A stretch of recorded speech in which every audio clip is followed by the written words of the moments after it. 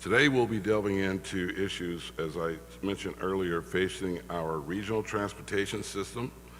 Panels will include building tomorrow's transportation system, goods movement and supply chain, and the path to zero emissions. We will now dive into the results of our flash poll conducted by the Employers Group.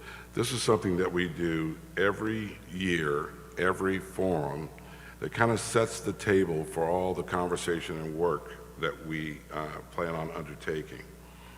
This short poll grabs the thoughts of a snapshot of our audience with us today and beyond.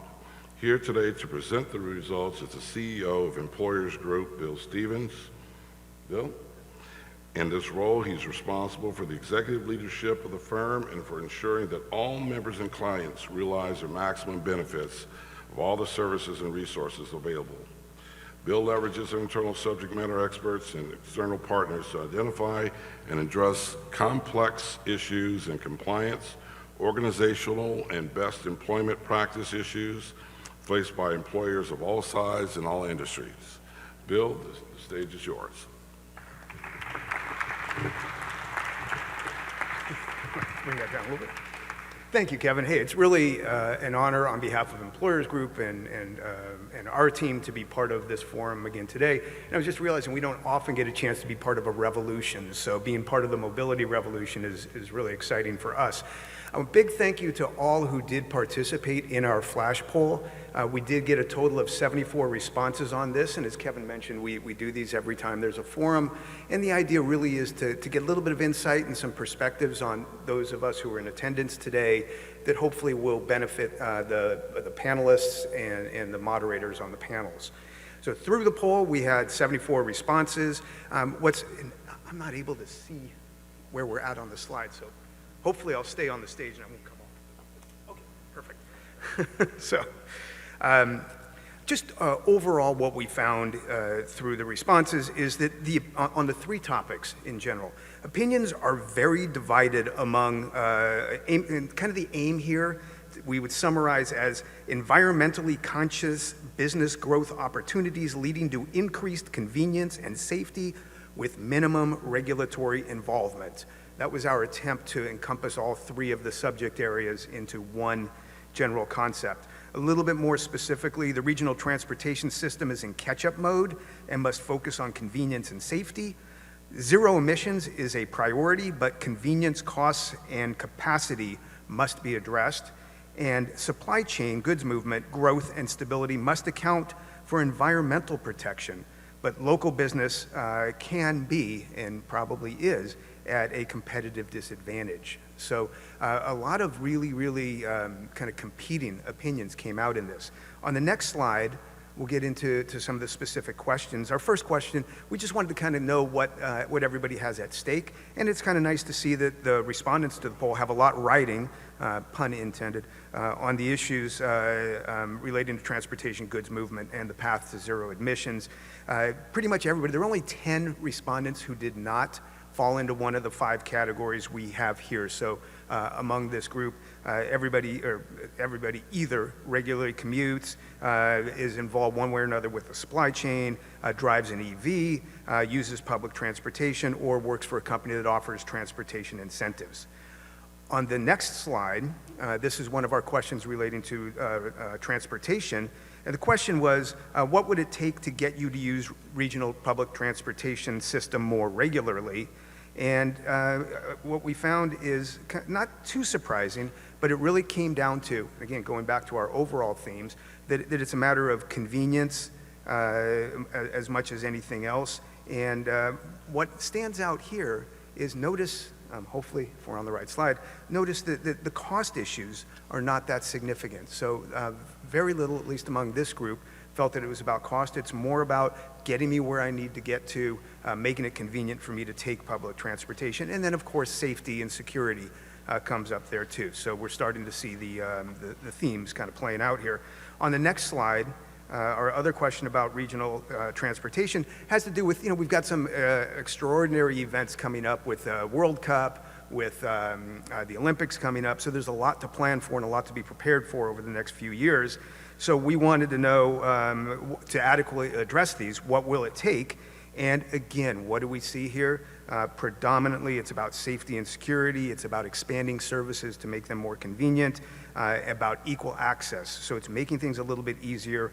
Interesting that about 9 times as many felt that we will not be able to get prepared than felt we already are prepared. Interesting to see that there were a few that did feel we already are prepared. Didn't get a lot of information on who those might have been. On the next slide, we move into our zero emissions questions. This was very general question, which is about, for hydrogen to truly be a viable clean energy fuel source, what factors must be in place? And what we see here is that, again, there really isn't much of a consensus. All factors had a lot of support. Each one of these was considered important: storage and transportation, sufficiently meet peak demand, sufficient safety regulations in place. So a lot of really, the common themes across these 3 different areas. And interesting that very few felt that it cannot be viable. That was the lowest response that we had on this.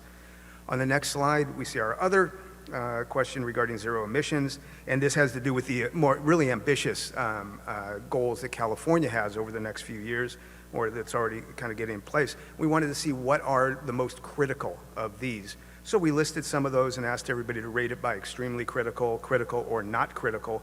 And you'll see that again, it comes down to convenience, having sufficient EV charging stations, making sure that the grid is prepared. On that note regarding the EV charging stations, we had 88% say it was extremely critical. The other responses, almost all of the other responses had to do with something similar to more charging stations. So that really stood out there as the key issue. On the next slide, we move into our goods movement. And in this question, we asked, looking at long-term solutions to better manage the supply chain, what would you support? What actions would you support? And very interesting split here between protecting clean energy and supporting business. Are they mutually exclusive? Probably not. So protecting clean energy standards and providing direct support to business were the key things there. And again, here we see that theme of, let's keep regulatory actions in check. Very few supporting either more government involvement or more involvement by regulatory agencies. The next slide, I believe, and hopefully, is this about goods movement, or is this hopefully the question, how important is goods movement? Okay.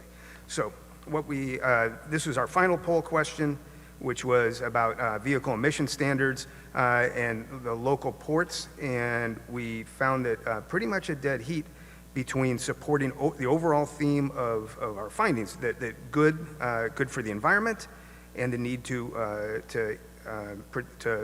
that it will lead to increased costs. So this theme of protecting the environment and understanding the recognition that a lot of what we're talking about here in terms of how the transportation network can expand and become more convenient, we have to keep that in mind about how, as we expand clean energy, that this is important that we keep these things in mind, and similarly with goods movement as we expand that. So thank you to all that participated in the poll. We really do appreciate that. We had a lot of and for those of you that provided open-ended comments, I have all those separately. That we always get great open-ended comments. You guys are very colorful in the way you express yourselves sometimes when we give you a blank space to do that. So thank you for those as well. Great job, Bill. Thank you to yourself and Employers Group for a great presentation. For those of you that are wondering, we will be having key takeaways for you to look at this a little bit more closely. But now, one of the crown jewels of our event today, it's my pleasure to introduce our keynote speaker for today, Los Angeles City Council member, Council President, the Honorable Paul Krikorian.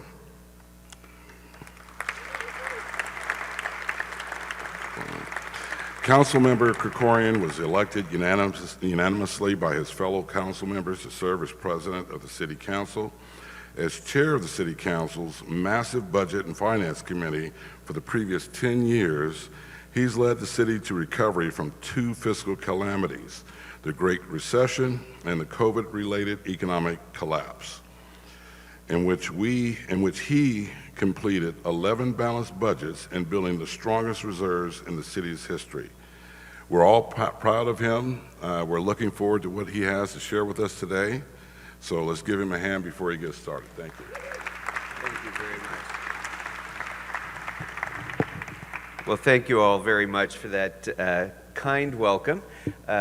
It is a great pleasure to be with you, and as I think most of you know, this is my last year on the Los Angeles City Council, so let me start by taking this opportunity to thank all of you. Thank all of you who are the creators of opportunity and prosperity in Southern California. Thank you to those of you who are planning and building the future of Southern California. Thank you for your advocacy for our region. Thank you for making this a better place for all Angelinos. And I'm always pleased when we can come and gather here at Union Station. This is one of my favorite buildings in town. First of all, because of course, it ties the rich history of this city with our future. You're sitting today in the last great train station that was built during the golden age of the railroad system in the United States, when this was people's primary means of traveling across the country. This was the last great station built, and yet we know it's also critically important as the transportation hub of Los Angeles today, and it will continue to be in the future. Someday when high-speed rail arrives and those sorts of things, all will be happening here at Union Station. But it also has kind of a deeper meaning for me, this building, which is pertinent to your discussions today. It's a gorgeous building and something that I show off when I have visitors here who come to Los Angeles. And if I can tell a little bit of stories here, the principal architect of Union Station was a man named John Parkinson. Typical of Los Angeles, he was an immigrant who came to the city, a self-trained architect who took it upon himself to build a better future for himself in Los Angeles and was given the commission to create Union Station. But the interesting thing there is that John Parkinson was also the architect for Los Angeles City Hall, the center of government. He was also the architect for the Los Angeles Memorial Coliseum, home of the first Olympics for Los Angeles. And important for the business people here, he was also the principal architect for Bullock's Wilshire, the temple of commerce and retail trade here in Los Angeles. So in a lot of ways, John Parkinson and this building link a lot of the topics that you're going to be talking about today. And it's appropriate because those are inextricably linked topics.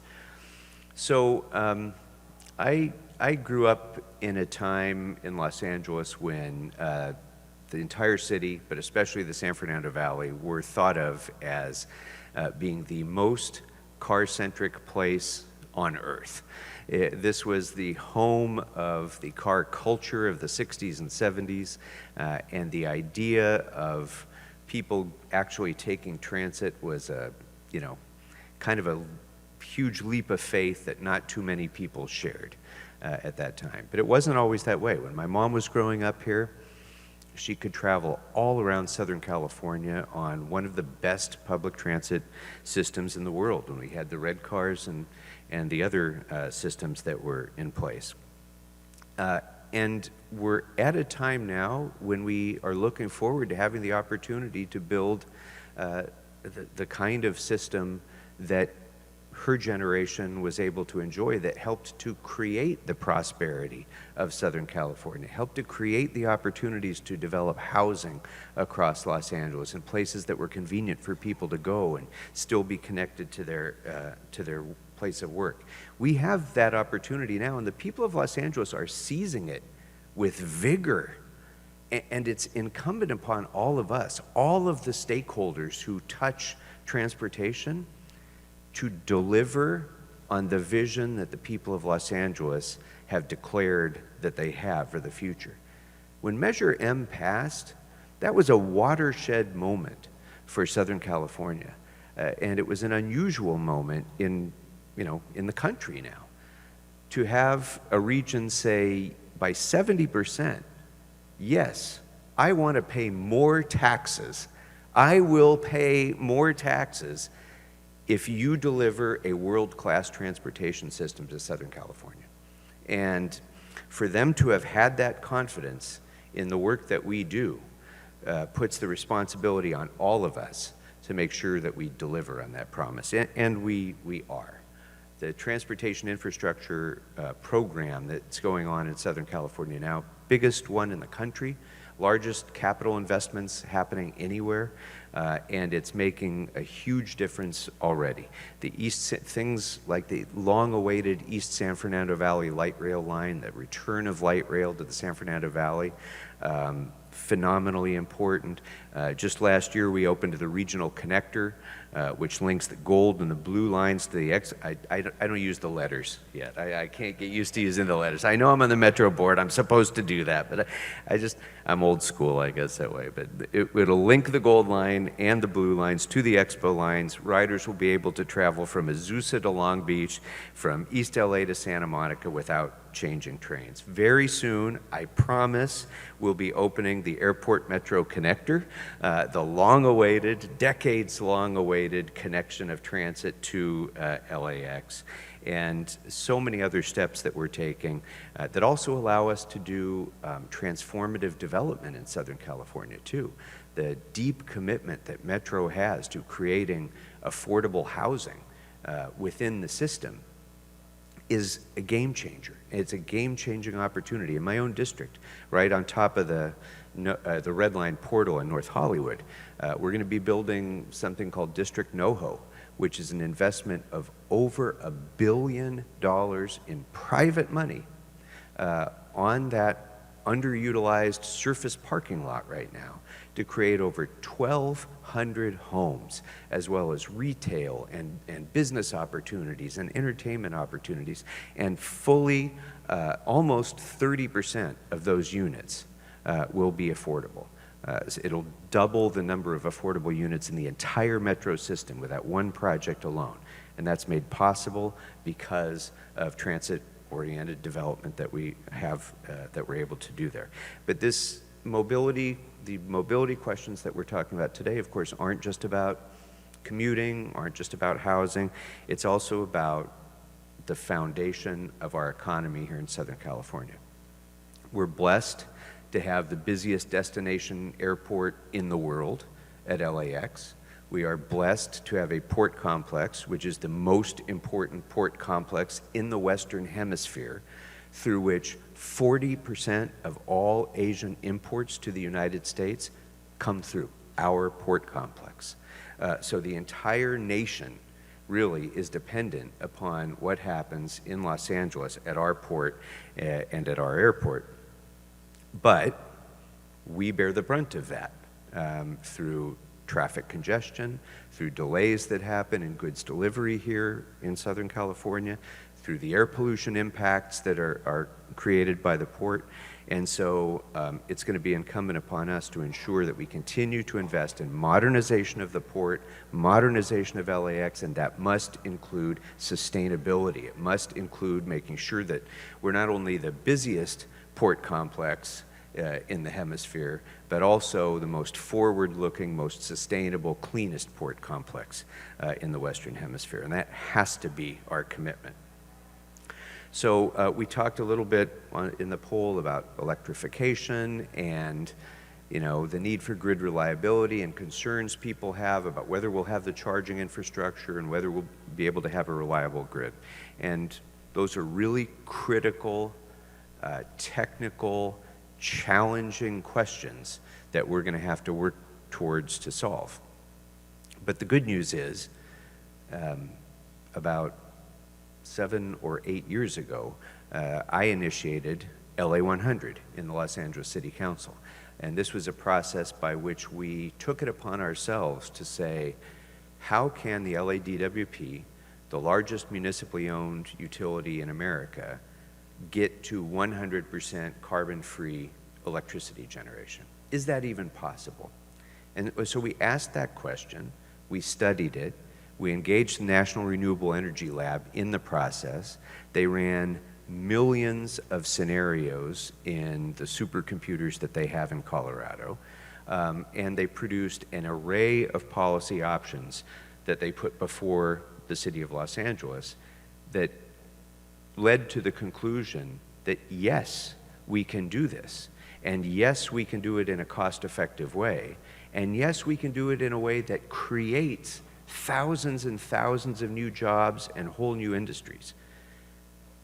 But to do that, it requires a commitment to more use of electricity, not less, and that we create more grid reliability by actually becoming more dependent upon electrification in the transportation sector, in the built environment, and otherwise. And that spreads the cost, and it makes this an affordable, attainable goal. So we're on the way. We've made that commitment. At LA Metro, we've made the commitment to electrification of the buses. At Metrolink, we've already, and I'm sure Darren's going to talk about this more, but we already are running trains across 5 counties. All of them are running on renewable fuels now. So we're already making that commitment to a greener transportation system, but we have much more to do. Now, this is in addition to all the investments we're making and the 500,000 jobs that Measure M is going to provide, we also have a critical moment in the history of the city right now because of the things that are coming up. We have a World Cup in 2026. We have another Super Bowl, and there will be more. We have, of course, the Olympics and the Paralympic Games. And I just returned recently with some of my colleagues and the mayor from a study trip that we took to both Paris and to Tokyo around the Olympics. And let me tell you, it's a daunting task to think about all that needs to get done before 2028. But it's an achievable task if we all grab an oar and commit to doing it. And not let the perfect be the enemy of the good, and not let our old conflicts get in the way of making progress. And that's going to be dependent upon all of you as opinion makers in Southern California, as leaders, as activists, as people with circles of influence.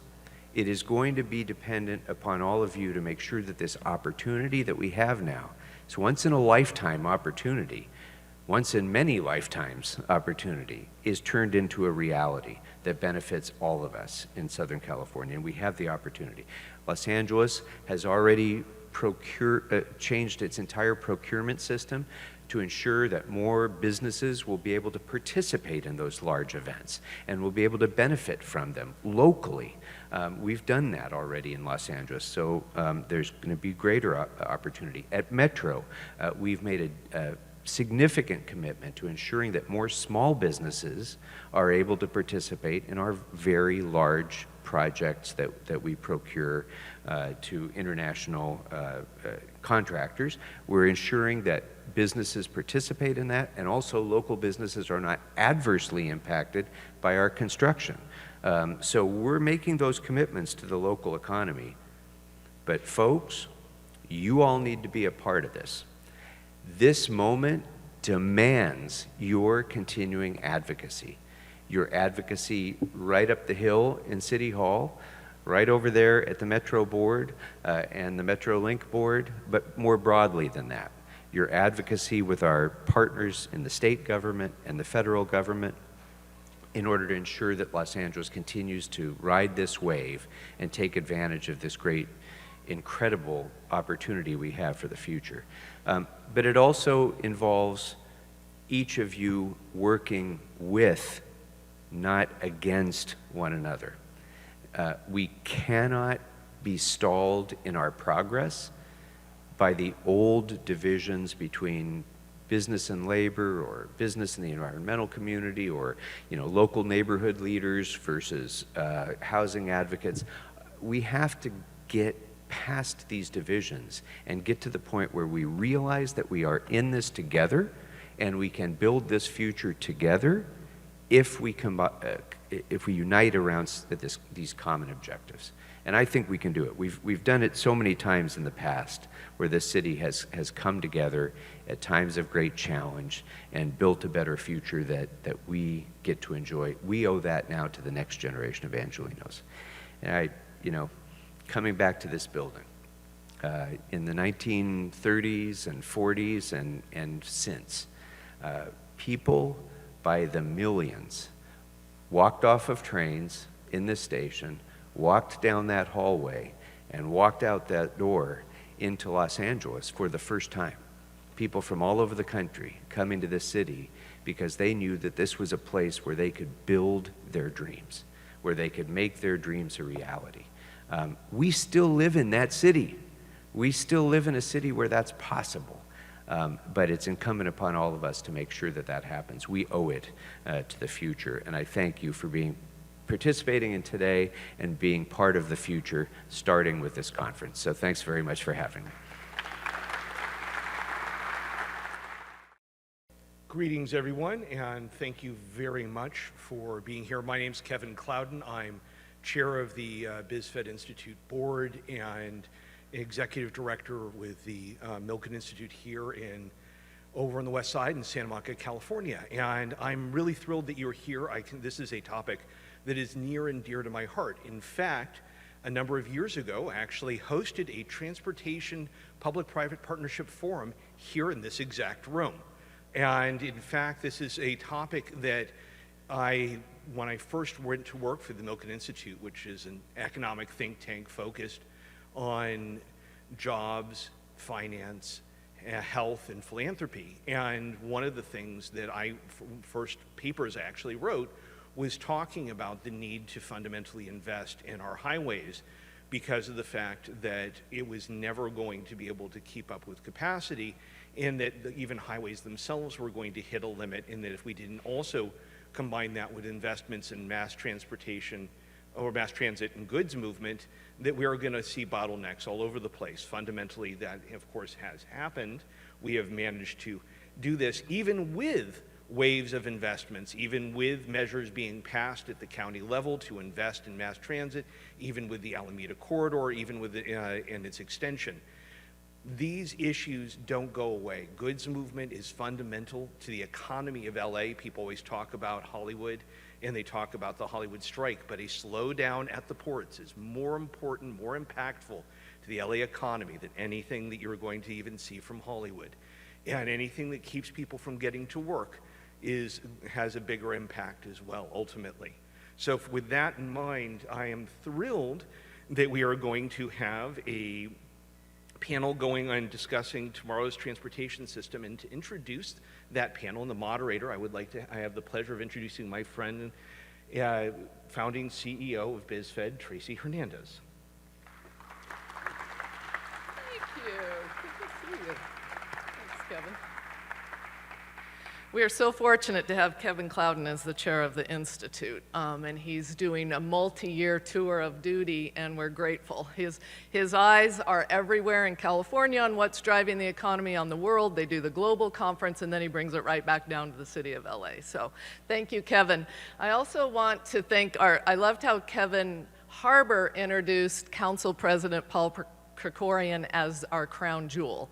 And I think that, as he is wrapping up his tour of duty in extreme leadership in the most difficult times we face, we forget about COVID, and we forget about our budget's ups and downs and public strife and safety and housing crisis. And he's just such a steady hand, and he indeed is a crown jewel for Los Angeles. And I'm grateful for Council President Paul Krikorian. I want to also tell you something and introduce someone to you. You may have noticed extra cameras, video equipment, still photographers, and so on. So in true fashion at BizFed, because as you guys know, I was a newspaper publisher most of my life before we started BizFed. So all things are about communication. Communication in the room, we connect with each other, but we're also live streaming so people can come in digitally. We also have an exciting body of work that's going to happen afterwards. I want to introduce one of my former colleagues from Daily News Days, Chris Lancaster. Chris Lancaster is the CEO and owner of Civic Publications. And he is graciously participating. He saw the enthusiasm and the difficult topics we were handling today. He's in the middle of producing his next major publication that will be published in the LA Times shortly. So these are his crews of people. So we're capturing it digital, all the video of the presentations, our dialogue. He's going to capture it in a print fashion. It'll go to the 350,000 digital subscribers of the LA Times afterwards. And so, Chris, thank you for all that you're doing. So I get to introduce the moderator of our next panel, because the panel is a dynamite. I'm not even going to go there. I'm going to just start with the moderator. CTC Commissioner Hillary Norton. Hillary Norton is an extraordinary leader committed to our region. She's an Angelino.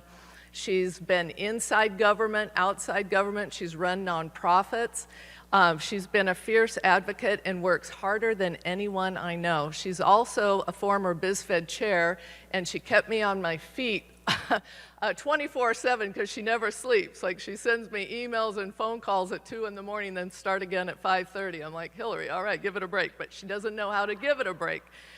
She has, in the CTC, the California Transportation Commission, when she was first elected, she took over as chair within months. It had never happened before. She'd been the chair for a couple of terms. She got reappointed by Gavin Newsom and confirmed by the Senate twice. And she has been spending more money than we've ever seen in our lives coming through the CTC, and it's going through her. Hillary's going to lead our panel today. She knows how to ask the tough questions. Please come on up. Hillary Norton. Well, I'm excited today, and thank you so much, Tracy. As someone who understands the symbiotic relationship between transportation and the economy, we are here to deliver panels to you that are not your everyday transportation panels. We want to talk about the relationship between transportation and the economy, because without good transportation, without goods movement and talent direction, we do not have an economy. Say it with me. We are not going to have an economy if we don't invest in the very people you're going to be hearing from today. And so I'm excited because, you know, we're in March Madness, and so we talk a lot about dream teams. Oh my goodness. Like, if you just take a moment to understand who is on our dais about to be, I want to introduce Darren Kettle of Metrolink. Come on up. Doran Barnes of Foothill Transit and Access Board. Conan Chung of Metro. And Dave Sikorsky. Thank you. And Dave is with the International Union of Operating Engineers, Local 12. So you want to thank everybody who is managing this, who's building these systems. And I'm so excited because at CTC, we get to spend $8 to $10 billion a year of gas tax money on projects that are developed by these very people on this panel. And it's very, very exciting that you're going to get to hear from them and what the future looks like. So Darren, I want to start with you because Metrolink is so different in the next 5 years and what you've been doing than we've been perceiving of Metrolink before. Can you talk a little bit about the Metrolink of yesteryear and what the SCORE program is going to do and where you are taking Metrolink, especially connecting it with high-speed rail? Sure. Thanks, Hillary. It's nice to see everybody. Sort of to a degree, welcome to a little bit of Metrolink's house. We run about 120 trains a day through Los Angeles Union Station. Of course, we share it with a number of other providers, Amtrak and, of course, LA Metro and its system. But this is a train station, and every time I walk in, the first time I walked into this building was 1976. My grandparents, going back to President Krikorian's conversations. And that's how people came and left Los Angeles. And they took trains to Denver, my very first experience at LA Union Station at that time. So Metrolink is 30 years old, a little over 30 years old. We started in 1992. We are now a 545-mile system, 67 stations. We're the third largest regional passenger railroad in the country.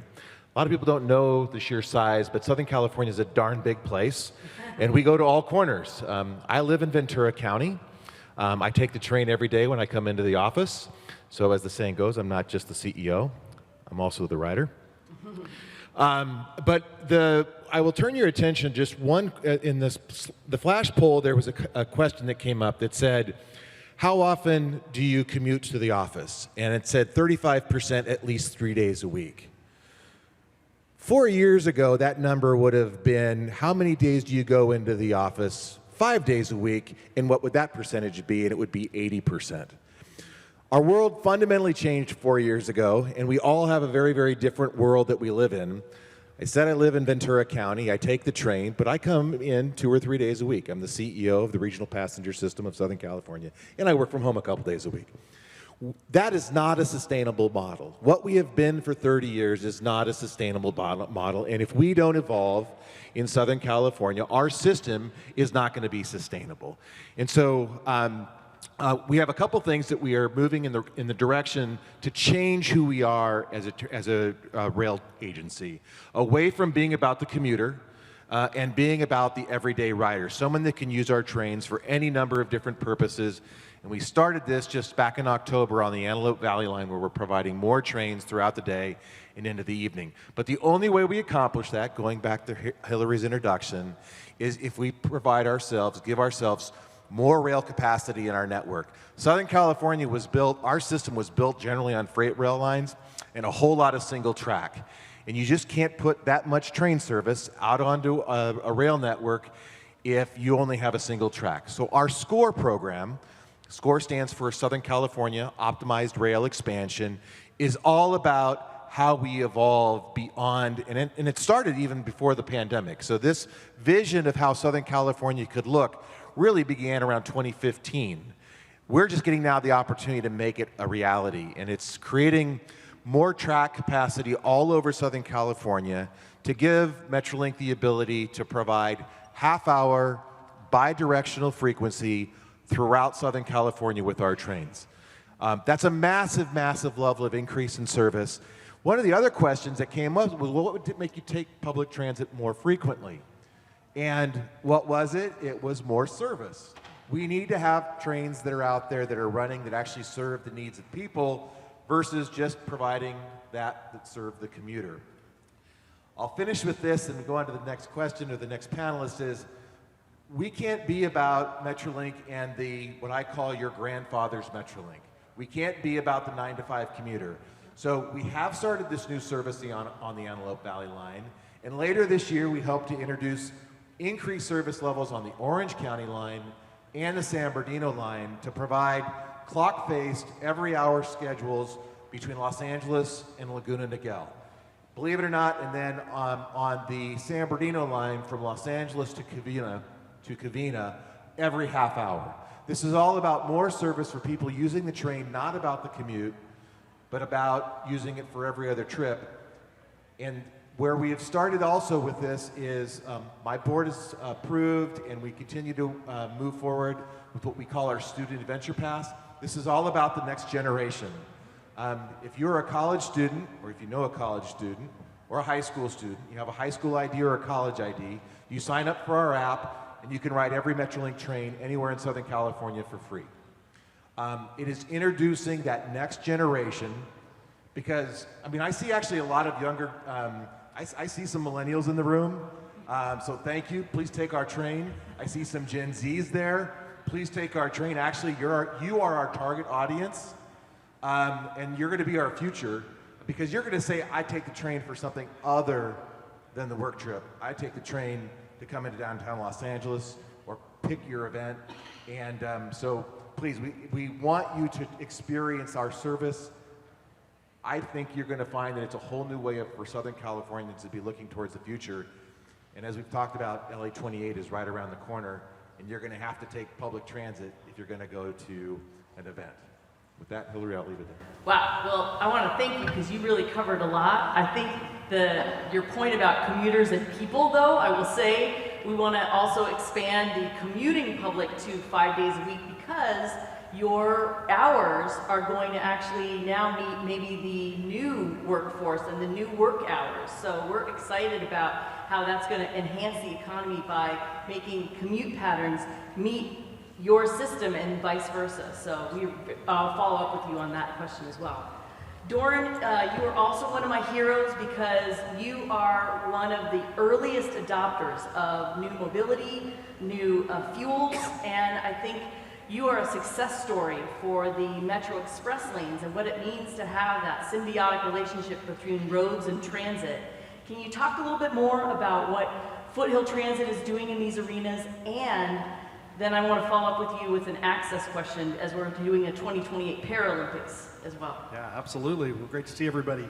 Doran Barnes, Chief Executive Officer of Foothill Transit. For those of you that don't know us, we're the primary bus operator in the San Gabriel Valley out to the county line, and really part of this rich mosaic of transit services that we have here in Los Angeles. Everything Darren said about the changing ridership patterns, ditto, double ditto. Things are shifting, things are changing. And collectively, we've got to lean in and figure out how do we adapt to those changes. I think the richness of Los Angeles is that we have this huge mosaic of transit operators that all come together to create the service that we have. The challenge we have in Los Angeles is this rich mosaic of transit operators that can make it a bit confusing to coordinate. And so we've got to continue to lean in as these changes occur to make sure that we're leveraging that entire network to really meet the needs of the community. And that's one of the challenges that's before us. To throw some more fun on top of that, we've got to do that with a zero-emission future. And so at Foothill Transit, we've been leaning in on zero-emission technologies. We've had a variety of experiences. Hillary and I were chatting yesterday about some of the successes and some of the not-so-successes. And I think everything that we do in this space is learning. And that's really the key. What we're all doing as operators, the experiences that we have, become really important in informing additional decisions. Our first fleet of battery electric buses, we learned a lot from that technology. We retired them early. One could say that's a failure. I actually think it's a success because we bought those 12 buses. We learned a ton of things about them, and one of the things we learned is to not buy more. Now think about that for a minute. That's a great learning that, if we bought, 120 of them, we'd have some real challenges. And so again, we're working through this space of trying to get to that zero-emission mobility future that is so important for our community. I want to ask now with hydrogen and the work that you're doing as a hydrogen leader, can you talk a little bit about what you're doing, especially with BizFed and what Tracy's leading in terms of the economy of the future, and what a pleasure it is to have BizFed be taking on transportation, because again, Tracy was a signer of Measure R and Measure M. We are inextricably linked as an economy to mobility. How are you delivering the talent of the future to the workplace of the future? Well, I think for us, the move to hydrogen, and I think when we look to zero-emission futures, I think hydrogen and plug-in grid power are both going to be part of that future. I think in terms of what we're learning early on, not only affects the transit space, but also affects other goods movement spaces. We talked about the ports at the beginning of the program here. Really, what we're trying to get to is not just zero emission in transit, but zero emission across the full spectrum. We'll be talking about that today. That's great. Well, I'm going to move to Conan Chung, and it's been a pleasure working with you on the next-gen bus study and a complete overhaul of our routes and our future. And I want to talk to you now as the COO of Metro, how you are also using space. We're here in a Metro-owned building. I was married here. I actually walked down this aisle 30 years ago. How are you using space and advertising ability and some of the other assets of Metro, as well as expanding the bus system, especially as you've been using the buses to move those essential workers during the pandemic, and thank you for that. How are you taking all of the assets and all of the ability of Metro to generate funds so that we can really serve the low-income populations that are using the system and all of us? And only you, I feel, is the right person to really talk about this universe of identifying how we bring all of these assets to bear and deliver, again, talent to the right economic opportunities. Wow, thank you. Thank you for the question, and it's great to be here. I'll start with the Next Gen bus plan, since that was, a baby of mine and yours as well. And I think Doran was a big part of that as well. Back in 2018, we actually revamped the entire bus network. So we took the whole system map, we wiped the lines off the map and started over. It was the largest bus network redesign in the country, but we hadn't really touched our bus network for over 25 years.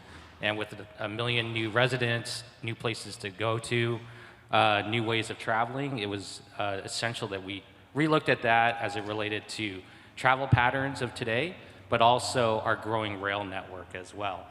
I won't talk about the $26 billion worth of projects that come out of Measure M and Measure R and the jobs that come from that, but really our focus on NextGen was to provide the service for people who need to get to work.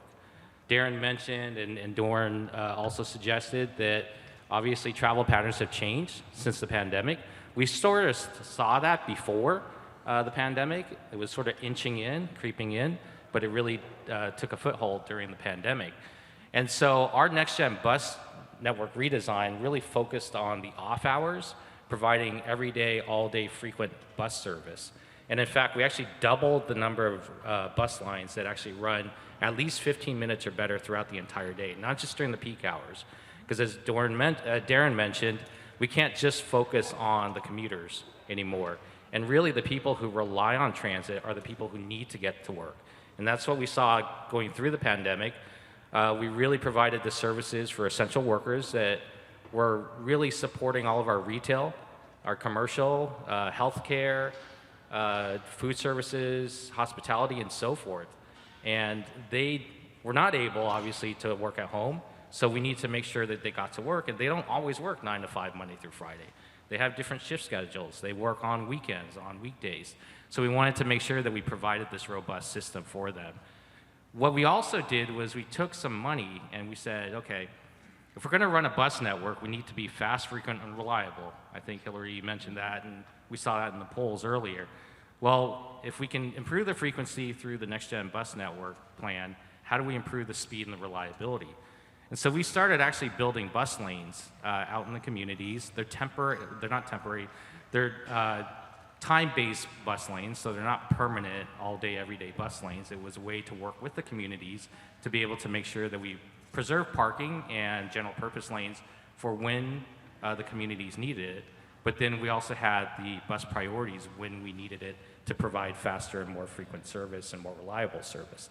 So to date, we've built about 55 lane miles of bus lanes. We have another 45 miles to go. We actually started building this during the pandemic when we didn't have a lot of traffic, so it was easier to get in. But even after the pandemic had subsided, we've seen that we haven't made significant impacts to the traffic congestion. People kind of, adjust their travel patterns and so forth, but more importantly, we're able to get more ridership. And so now, as far as our ridership, we're seeing about an 80% ridership compared to pre-pandemic, and actually on the bus system, it's a lot higher. And the other thing that we saw in terms of ridership, especially with the NextGen bus plan and these new travel patterns today, is that the midday, evenings, and weekend ridership are much greater. And in fact, if you look at our weekend ridership on the bus and rail network, we're at about 90 to 99% of pre-COVID levels. And actually the last 2 months on the bus system, we're actually above 100% of pre-COVID levels. So we're really seeing people use the system, not just for work, but also for other activities. As it relates to space, well, I'm not a land use planner, but I'll try to address this a little bit. Obviously, Metro is a large real estate asset owner as well, and really building transit-oriented development, building opportunities to bring businesses into our locations. We actually own Union Station here, and we have several businesses here to show for that. So we're continuing on this process of really using our assets as it relates to space to provide public good, make them key destinations for people. So we're not just transit centers, we're also destinations, and we're hoping to spur the economy additionally through that. Thank you so much. We'll be having some follow-up questions on this, and I am so excited to move to Dave Sikorsky, who's the business manager of the Operating Engineers Local 12. And when we think about the labor that will be needed to make this change possible, from scaling up the electric grid, to building out public transit, to rebuilding the roads and bridges that electric vehicles will drive on, I would love to hear your thinking on what it would take to make this possible. Do we need more investment in training and skills, more support for young apprentices coming in, and how can the private sector be a partner with you? Well, I think, thank you for the question. I think the answer is all of the above. One of the things that we've done to try to gear up, and one of the problems that the operating engineers and the building trades in general have faced as we have this influx of new work, is how do we backfill outgoing manpower? I know that a lot of the baby boomers have retired already, and those that haven't probably will soon. And one of the big concerns that we face and that we've been approached with contractors and our other partners in the community is how do we backfill that industry? One thing that we've done at the operating engineers is we've made big investments for outreach, whether that's at the public school system or just in the general community. And we're fortunate in our craft because we opened our apprenticeship up for applications. We intended on accepting 1,500 applications last month. The server actually went down within the first 5 minutes because we had 10,000 hits. So there's plenty of interest in building this infrastructure and building the community. I think that so long as we keep moving forward and doing it together, that we'll have the manpower and we'll meet those needs. Fantastic. Dorn, I want to follow up with you on the linkage with Metro Express lanes and the fact that climate adaptation, Caltrans has said, is going to all happen through either active transportation or through managed lanes moving electric buses on our freeways. Can you talk about what it's like to have that partnership? Because yours is a model that I think people want to replicate throughout the nation. Yeah, absolutely. We run a significant portion of our service on the I-10 corridor through the express lanes. And if you've driven I-10 in the rush hour direction, it's a pretty big mess. There's lots of other corridors that fit into that same category. The express lanes really make the difference in terms of being able to get buses through those lanes quickly and efficiently. They also generate revenues that have allowed us to invest in improved transit service. We've been very excited to have the first 2 grid-powered battery electric double-deck buses in North America in operation here in Los Angeles. We've ordered 24 more. The first 2 of those buses were funded through an express lane grant from the revenues that were generated from that program. So again, direct dollars going back in to improve the program. Now I will say that managing those express lanes is an ongoing daily challenge, and we operate in the express lanes, but we don't manage them. Somebody else manages them. And I say that in jest in part because it's a great partnership, but it really is a symbiotic partnership, and managing those lanes is, like I say, it's a daily challenge. How do you set the price at a point where you can keep things moving and not have it be so significant that people won't choose to use those lanes? That is as much art as it is science and can change literally minute by minute. All of that impacts the effectiveness of the system. Yeah, wow. Darren, I think this gets us to some of the things that you were talking about linkages. And I wanted to follow up on the fact that now Metrolink is going to be a link to high-speed rail. And you talked about how we're going to expand the ridership to visitors and to people who are using this for joy and for going to major events. And so we've got the FIFA World Cup, we've got the Super Bowl, we've got the 2028 Olympics and Paralympics. How does Metrolink meet this moment?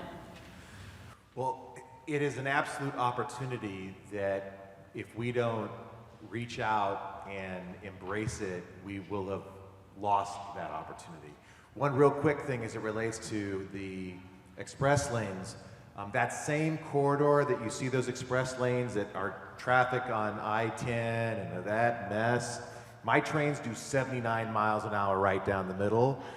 Never any traffic, super smooth. But yeah, you have to get to a station, so there's that part. But so we do have this amazing opportunity, and I've been in this role for about 2.5 years, and one of the reasons I took it was looking at what we have in 2028 and this amazing opportunity that Southern California has to blow the world's mind, that we can shift from being a car culture to actually embracing public transit. I went to the 1984 games, very different time. I drove my 1976 piece of junk Chevy Vega, aluminum block and all, right up to the Anaheim Convention Center where I watched wrestling. I was a high school and college wrestler.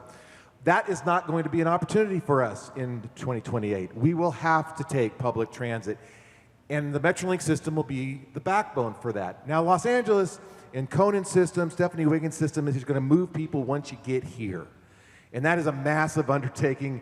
I don't envy that responsibility, probably just as much as they don't envy our job at Metrolink to have to move people from all others over Southern California in a system that really hasn't been built out yet. I mean, there was a question, are we ready for 2028? We're not yet. So if we don't really go out this and say, we're gonna take this on, and the clock's ticking, we're gonna have some trouble. Now, other opportunities that are out there, who's familiar with Brightline West, the new high-speed train that's gonna go from Las Vegas to where? The Rancho Cucamonga Metrolink station. We are going to be able to provide that service. See, all of a sudden the music comes on, everybody celebrates the fact that we're going to have that. But we are going to have hourly frequencies, Las Vegas to Rancho Cucamonga, and the way people in Southern California will be able to get to that high-speed train, will be able to take the Metrolink train from Los Angeles Union Station, about an hour to Rancho Cucamonga.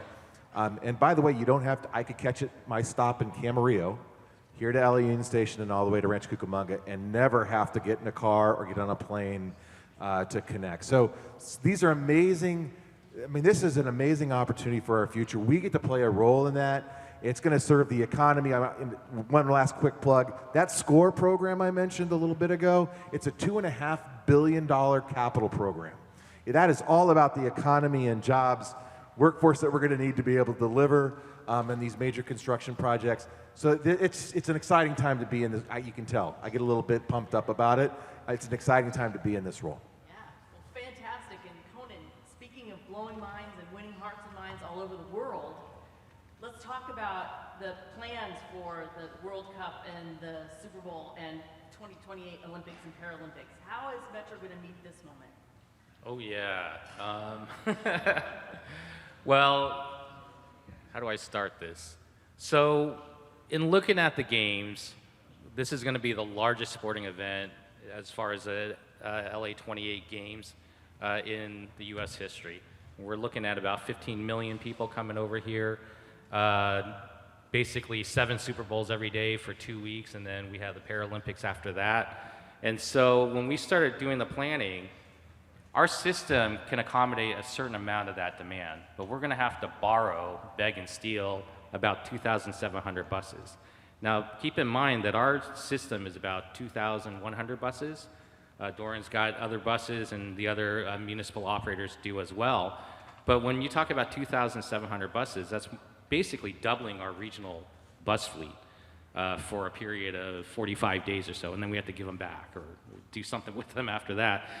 And when you consider the fact that you have 2,700 buses, you need to find places to store them, you need to find operators, maintenance workers, and so forth to run them, and all the management staff and supervisory staff. It becomes a pretty daunting task. We also want to make sure that we get people to the events on time. We don't want them spending thousands of dollars to get here and all of a sudden be late for their event. And so we have a large program of capital projects that we need to deliver as well and on time so that we can use them to accommodate Olympic demand. We have all of our major capital projects, the Purple Line extension, as many of you probably know, that'll go out to Westwood and the Olympic Village, as well as the VA hospital. We have the K line, which is our former Crenshaw line, now called K line, that connects the C line and the E line, which is the Expo and the Green, in case you haven't converted yet to letters. And that's going to be the link to the AMC station going to the airport. And finally, we have several other projects that are extending further east into the San Gabriel Valley with the Foothill Extension 2B and so forth. So a lot of capital projects going on, but that capital investment, we want to be able to provide not just for the games, but it needs to be a lasting legacy for Los Angeles and for our workforces after the games. And so we're working on other smaller projects as well, speed and reliability improvements, not just for the bus network with more bus lanes, better transit signal priority and so forth, but also some speed and reliability improvements for our light rail system that's oftentimes stuck in the same traffic that we're stuck in because it's riding on the same road. We don't have the luxury all the time, as Darren was mentioning, going 80 miles an hour down the freeway. So we do have to make modest improvements there as well. And so we are looking at lasting legacy projects. We're looking at large-scale mega projects to expand our system. And we're also looking at a huge supplemental bus system, which we're going to rely on our municipal partners as well to be able to provide that service. And we're sort of honing in on this event by event.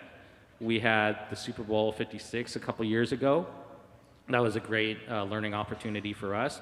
We really provided a robust service to SoFi Stadium, which had opened fairly recently at that time.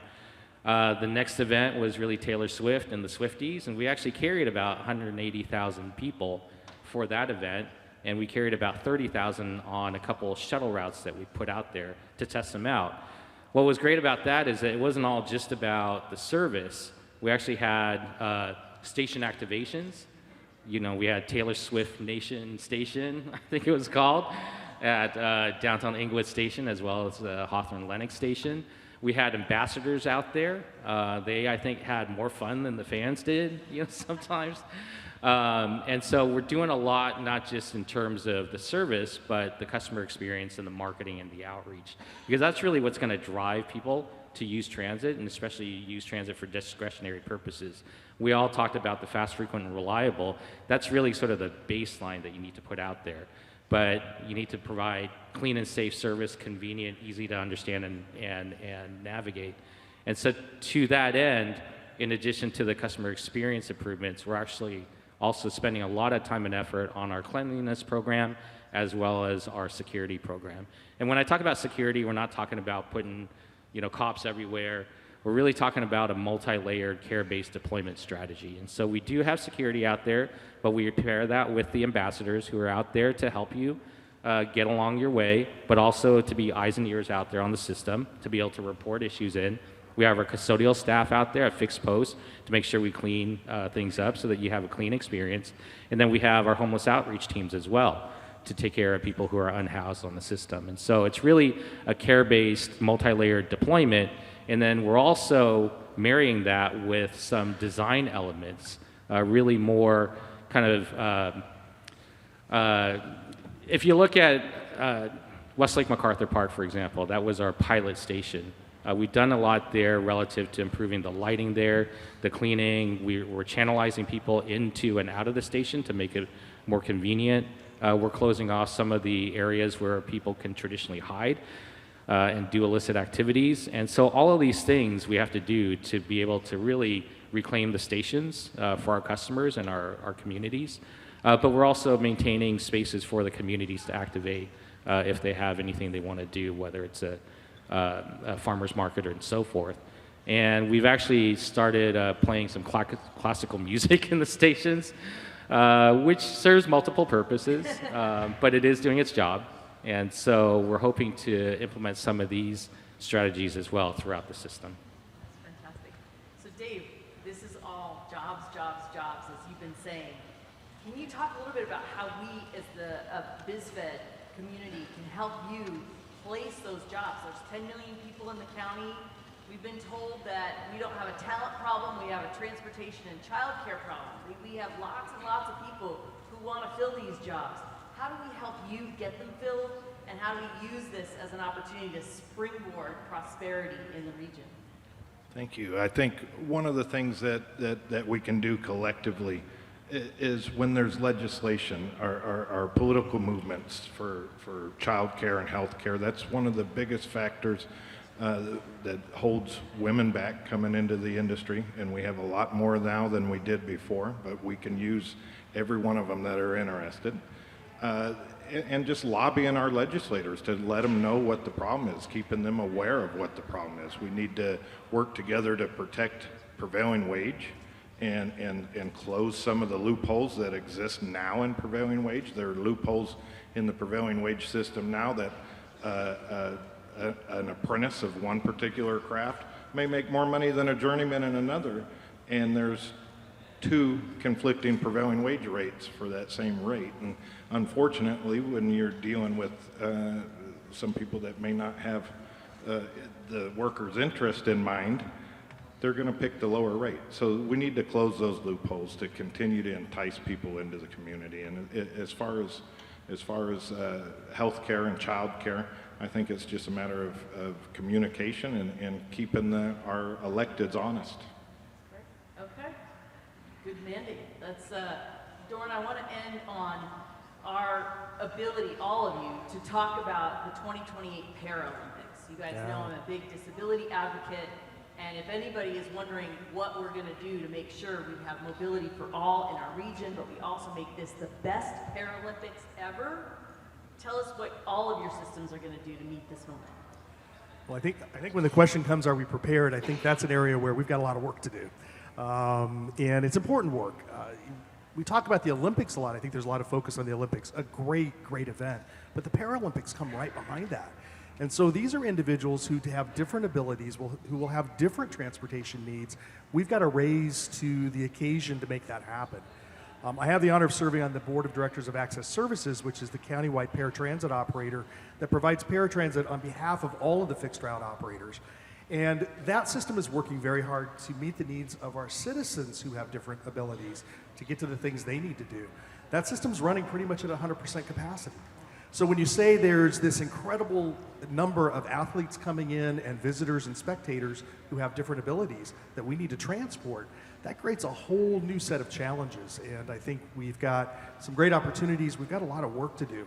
My hope, and Conan, you touched on this a few minutes ago, my hope is, and my dream for that, is not only do we rise to the occasion for the Paralympic Games, but that we have those legacy improvements that serve our community long past the Games. And so at the Access Services Board level and staff level, we're going to be really leaning in on that, not only in terms of how do we rise to that moment, but again, create those legacy benefits. We'll see what happens. Yeah, lovely. Conan. I think looking at innovation, I think, is going to be critical. You know, for us, we're not just a bus and a rail operator. We're multimodal. We talked about express lanes already, but we're also getting into new spaces with microtransit. And I think that's going to be a significant improvement for certain communities, for certain locations and so forth. And right now we have a deployment in 8 different zones. It's one of the larger deployments throughout the country. We're testing it out. We're in year 3 of our pilot program. But we do see a lot of successes in there. And it's really working with a service that provides a different type of opportunity for people who need that type of service and who travel within areas that are not really conducive to large-scale fixed route buses. And so being able to continue on that journey to really try to optimize the system from a financial standpoint, but also from a usability and a productivity standpoint is going to be critical as we move towards the World Cup and the Olympics and the Super Bowl. Darren, I'm going to give you the last word on this, especially as you've got some really great cars, the bike cars and others, and people talk about your system as being great for people who are adapted athletes and for people traveling and living independently in wheelchairs. Fortunately, we are somewhat set up, just given the sheer size of a passenger car, a train passenger car. We do have bike cars. They have space for wheelchairs, that type of thing. We have surfboard cars, kid you not. So there's space. But I think the concern I look at is, you know, we have one disabled platform on all of our disabled ramps on all of our platforms. So it's going to take some work on our part on how we serve. If we, and I think we will, for the Paralympics, get a significant number of disabled with various pieces of equipment that aren't just your normal, I'll call it your normal pass. It has that's fully able. So we're going to have to figure out how we approach that. I think if we're able to deliver partly on the Olympic Games and the sheer volume of that, and we have the equipment to do that. Conan touched on the number of buses. Arguably I would need to add about another 15 train consists to our system, and it's not like you go down to the local bus lot or anything. It's not easy to borrow a train.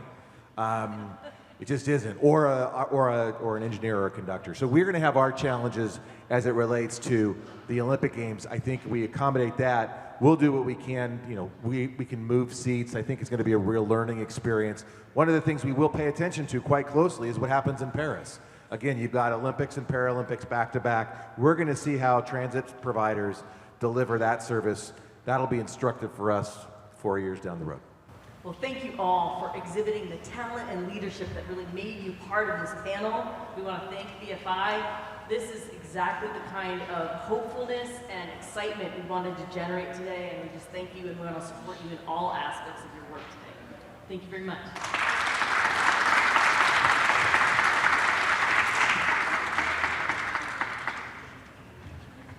Okay, fantastic. We have time for Q&A. Okay, your time is now over. That's great. All right, so highlight for us who is ready to ask questions, and now we've warmed everybody up. Good morning. Is it on? There we go. Good morning, everyone. This was a great panel. Thank you so much. Tamala Takahashi, one of the Burbank City Council members. I took the 155 and the red line to get down here from Burbank this morning. Beautiful ride, safe, beautiful day to ride public transit today, by the way. So for those of you who may be thinking about it, this is a good day to do it. Just last week, our city council discussed the incoming bus rapid transit from NoHo to Pasadena line. And there's quite a lot of controversy and discussion about that line and how to implement it. And what I'm finding as a council member is that the biggest resistance to adapting and adopting public transit changes in our local communities tends to come from the business communities and realtors. Now, we do have some local independent residents who are not in favor, but the resistance is from businesses. I think a lot of it is because they're not understanding how it's going to impact them. And so my question is, how can we bridge the gap and bring local businesses into this conversation, especially in connection with our local chambers of commerce? How can these new public transit, which for me personally, and I have 3 kids in their 20s, none of them have cars. This is like a magical conversation for me. How can we bring our local business communities into this conversation so they can be informed on how it will impact them, specifically how it will benefit them? And how can we bring the local chambers of commerce into this discussion as well to be a partner? Thank you. Great. Conan, why don't you take that? Sure. Thank you for the question. I think it's really being able to focus on the outcomes that we want versus the prescribed method of building the service. Traditionally, bus rapid transit, if you look in the Federal Transit Administration guidelines, there's all sorts of different criteria with the dedicated lanes and platforms and stations and things like that. And it does encroach, into the road network and the sidewalks and so forth. What we're doing, and I think the North San Fernando Valley BRT, that's the other one that we're building, is a great example of this. That project, when we first started, we were going down the traditional method of, a dedicated bus rapid transit from North Hollywood Station up Lankershim and across Nordhoff to CSUN. We had a lot of opposition on Lankershim and also on Nordhoff with the residents there. And so we came back, we regrouped, and we said, okay, well, what are we trying to do here? Well, we're trying to expedite transportation to get from North Hollywood Station to CSUN. And so we started looking, well, we have the Orange Line already, right? And that's a full dedicated bus rapid transit. We just need to link people from the Orange Line up to CSUN. And there are other ways to go across the valley as well. We don't have to be on Nordhoff. And so looking at the locations of where the students and the staff and the instructors were living, we sort of honed in on Roscoe as the better alternative for a bus lane. Now, when we talk about bus lanes, we start talking about when do we actually need the bus lane and where. And so when I mentioned earlier that we built 55 miles of bus lanes and we have 45 miles to go, these are generally not all day, everyday bus lanes. These are just during the times of day, on the direction of travel where we, get stuck in traffic. And so by honing in on exactly when and where you need the bus lanes, we can preserve that real estate for the businesses for parking and so forth and deliveries as they need to. The other thing that we're doing is we're looking not just at bus lanes, we're looking at better signal priorities with the signal synchronization, and we're looking at other methods such as bus bulb outs, which basically allows the bus to stop in the lane of traffic, off board and board people, and then be on their way. That improves our reliability as well, and that doesn't take curb space to do that necessarily. And in fact, it's a win-win situation when you talk about Vision Zero, because it does close the gap on the distance from sidewalk to sidewalk. So trying to find these win-win solutions that still give us the outcomes that we're looking for from a transportation perspective, I think is the key. Thank you. And I want to thank BizFed and VICA for supporting the BRT. In fact, advocating for that particular BRT in Measure M, but also supporting it in pretty much every opportunity. The business community writ large does see that BRTs are also customer delivery systems. And we have to remember that people who are on buses are traveling with their wallets and are going to actually become customers. And so we're very, very excited to see those things play out, but I really appreciate your question. Do we have another question? Yes.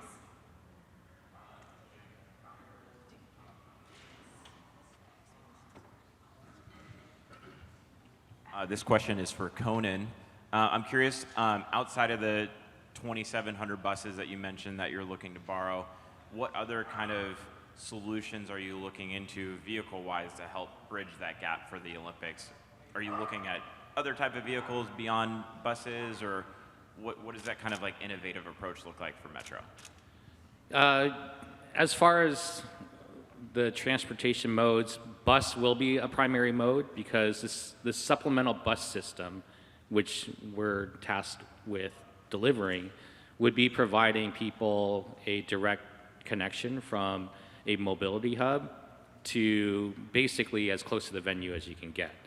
It's supposed to be a car-free game, so you can't park at the venue. But from that point, we'll need somewhat of a first last mile type of solution. So, we have an active bike share program as well, in addition to the microtransit. Active transportation, I think, is going to be a critical element to getting people around, not just to the mobility hub, but also from, their final drop-off to the venue itself. But as far as the large-scale transportation, it will be really the bus system and the rail network that we operate. Okay, we have time for one last question. So, John? Well, thanks for allowing me to take the last question. Is this on? Yeah. I'll try to make this a question rather than an opinionated statement. It's always the last question. Yeah. But Dave and I are really going to be on the front lines of worrying about and acting upon the funding cliff that we're faced with the replacement of the gas tax. So is the public sector worried that we are facing a funding cliff? The regulatory regime in California, as aggressive and strong as it is moving towards zero emission, whether it's rail, truck, passenger cars. That's going to be a problem for you all trying to fund your capital projects, your services, etc. The second part of my question, Darren, is specifically for you. The SCORE program, $2.3 billion isn't a lot of money. School districts go out and bond for that seemingly every election cycle. How can we help you get that funding that you need? So the first part of SCORE is 2.3, 2.5 billion. We have a total $10 billion program. So, but that means $7.5 billion is not yet funded. So we'll take you up on your offer to help us with that. And you know, not to be a commercial for rebuild, but you'll not find better champions for transportation investment anywhere in California, probably anywhere in the nation. I will say to your second or your earlier point, though, I think yes, public agencies are scared to death about what it looks like in a post-gas tax era. We right now at the federal government are getting general fund contributions to the Federal Highway Trust Fund and by extension the transit account. That's not going to last forever. We're going to have to figure this out. It's going to take some real political courage. It's a difficult time to talk about the political courage element, whether it's nationally or in Sacramento, but we are not long for our gas tax being able to cover this, and certainly transit agencies are major beneficiaries of that. So it continues, I think, to be part of our legislative program. It's about finding that alternative. We just haven't seen the courage, political courage, to tackle it just yet. Okay, and with that, we are at time. I want to thank you all for your great questions and fabulous, fabulous panels. Thanks again. My honor to introduce our one and only Energizer Bunny. Fran Inman has spent the last couple of decades at Majestic Realty, one of the finest visionary builders of iconic places and spaces in California, and now actually in many states in the country. But in addition to her government relations work that she's done, before that she came from the gaming industry, which makes her special and unique. She has all kinds of little stories to learn about. But she also is the founder of Majestic's Foundation. So she's doing a lot of the community action on the ground, getting her hands clean and dirty at the same time, really caring about the foundation work and lifting those up that need the most help and attention. She's also the chair of BizFed this year for 2024, and she has racketed up our action and our enthusiasm for public policy and good economic policies, and a dose more common sense to everything that we're working on. And just as Hillary Norton's the current California Transportation Commissioner, Fran served two full terms, right? How many? Three. Oh, great. Time goes by so fast. 3 full terms on the California Transportation Commission. And then, of course, I forgot my hat and I'm probably going to get like conked about it, but Fran is the system of systems queen. In addition to her national freight work, she gets tapped by presidents of the country, governors of the state, mayors of the cities, and she always says yes. But she now is Miss System of Systems, and she's going to lead you on a panel right now. Fran Inman. All right. All right. So can I have my panelists just mosey on up here?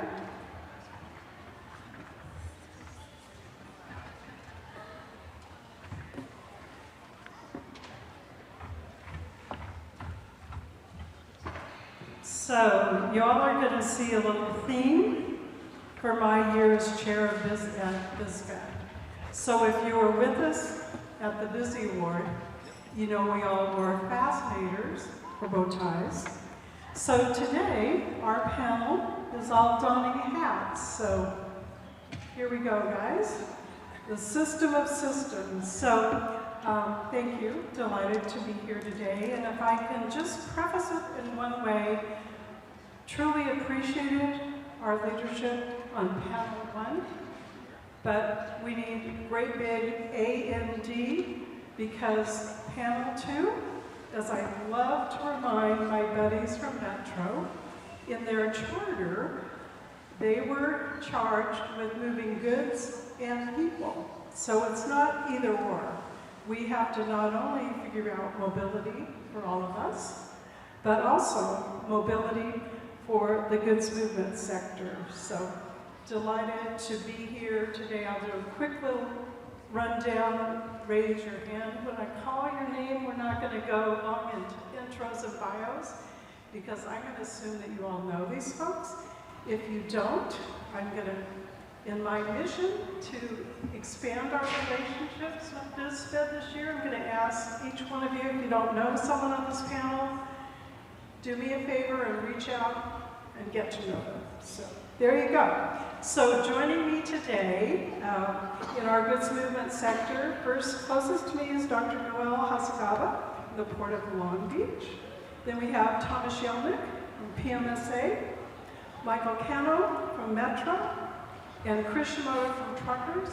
And I also see Lupe Valdez over there from the Union Pacific Railroad, so we do want to totally recognize that our Class 1 rail partners and our short line, Pacific Harbor Line, are definitely partners in our goods movement sector. So as we start today, what comes to mind really front and center is the big accident in Baltimore last week. So hearts go out to those construction workers that were lost, unfortunately. But if you look at Baltimore, a 300-year-old port with one main access route, which is really pretty scary when you talk about redundancy within a goods movement sector. But if you look at the economic impact to that region of really the nation's largest roll-on, roll-off port, which is the heavy equipment autos, huge dependency on that. They estimate there are 15,000 local jobs that are directly impacted and 150,000 indirect. And that's from a port that has 1 million TEUs. And if you think about the San Pedro Bay ports, we have 2 mega ports who are each nearly 10 million TEUs. So if you think about how important to the economics of our region and our state and our nation, the work that we all collectively do together, it's just really, really important. So as we look at really, the point of the conference today is how do we future-proof our ports and our goods movement sector. So with that, I'm going to start with you, Noel. Talk just a little bit about where we are. We know we have the nation's greenest ports, but let's talk about where we are today and what's up next. Happy to do so. First of all, good morning to all. It's always a pleasure to be here with you and be counted among my colleagues here on this distinguished panel. And of course, Fran, a great friend and longtime leader and advocate. And Fran, thank you so much for this hat. I'm going to hang it right next to my favorite hat, which is a Dodger hat. So thank you so much. They're both blue. And since you mentioned the tragic incident last week in Baltimore, let me just share with you, I connected with the port director the day that that happened. And to my surprise, he got back to me right away. And he said something that I feel like I need to share with all of you, because when tragedies like these happen, it not only reminds us of the impact of the broader supply chain, but he really injected some perspective for me. He said, you know, Noel, when these things happen, it reminds us how we all come together because life can change instantly. And that's how fragile the supply chain is. That's how fragile the system of systems is. So when we talk about the future of the ports here in Southern California and our quest to zero emissions, decarbonizing, and meeting these aggressive goals of zero emissions cargo handling equipment by 2030, zero emissions trucks by 2035, when we last updated the Cleaner Action Plan, which is that framework that sets the path to getting us there was a lot of skepticism. And of course, just 7 years ago, the technology available was very different. The landscape was very different. The competitive landscape was also very different. And so today, it's not just a race to zero as much as a race to zero without diminishing impacts to jobs, without impacting economic development and activity. And the global marketplace is shifting too. I mean, manufacturing is shifting away from China to Southeast Asia. There's now buzzwords like nearshoring and friendshoring. There's a China Plus One strategy that many shippers are now adopting. And all of those decisions that are made by literally hundreds of thousands, if not millions of business units impact our competitiveness, right? So the way I would describe where we are today, Fran, and how we're approaching these aggressive goals is we're making every effort to ensure that we take a holistic approach to our transition of zero emissions. Now, just to give you a quick update on where we are today. On the cargo handling equipment side, today, 22% of about 1,600 pieces of equipment at the Port of Long Beach terminals is already zero emissions. So we're about 6 years away from our goal. We're feeling pretty good. Every day, more of these zero emissions pieces of equipment are coming online. Thanks to the generous support of the state of California and the federal government, Port of Long Beach has been the beneficiary of over $500 million to help us and our partners get there. But the bigger challenge is going to be on the truck side. There are about 24,000 trucks in the port truck drayage registry that call the ports of Los Angeles and Long Beach. 24,000. You know how many of them are zero emission a day? 300. Now, before you, those of you who are good at math, and you can all calculate in your mind what percentage that is, it's just over 1%, all right? But let me tell you that 2 years ago, when we started implementing the Clean Truck Rate Fund, that number was 9, right? So we have come a long way, but we're going to need help. And so what we're doing to get us there by 2035 is we've collected this Clean Truck Rate Fund. The two ports have collected about $180 million. We've allocated together about $60 million. But we've shifted from year one to year two. We're shifting our focus away from vouchers to infrastructure, because we know that the only way we're going to be able to support that transition to zero emissions is by making these charging stations available in the port, but also outside the port. So to end it here, because I know I want to hear from my colleagues as well, we are on track to make 100 charging stations at the Port of Long Beach by the end of this year. And most of these are going to be made available, they're going to be accessible to the public. But we also recognize that we need a network outside the port. This is where the private sector comes in, and this is where our friends at CTA and the private sector can help us shape how that's going to look. Great, thank you. So moving on to the land side then, we're going to go next to Thomas Yelnick, PMSA, and we promise not to use too many acronyms. So Thomas, can you just start by explaining what your name stands for? Sure, thanks, Fran. PMSA, Pacific Merchant Shipping Association. We are a trade association on the West Coast that represents marine terminal operators and ocean carriers.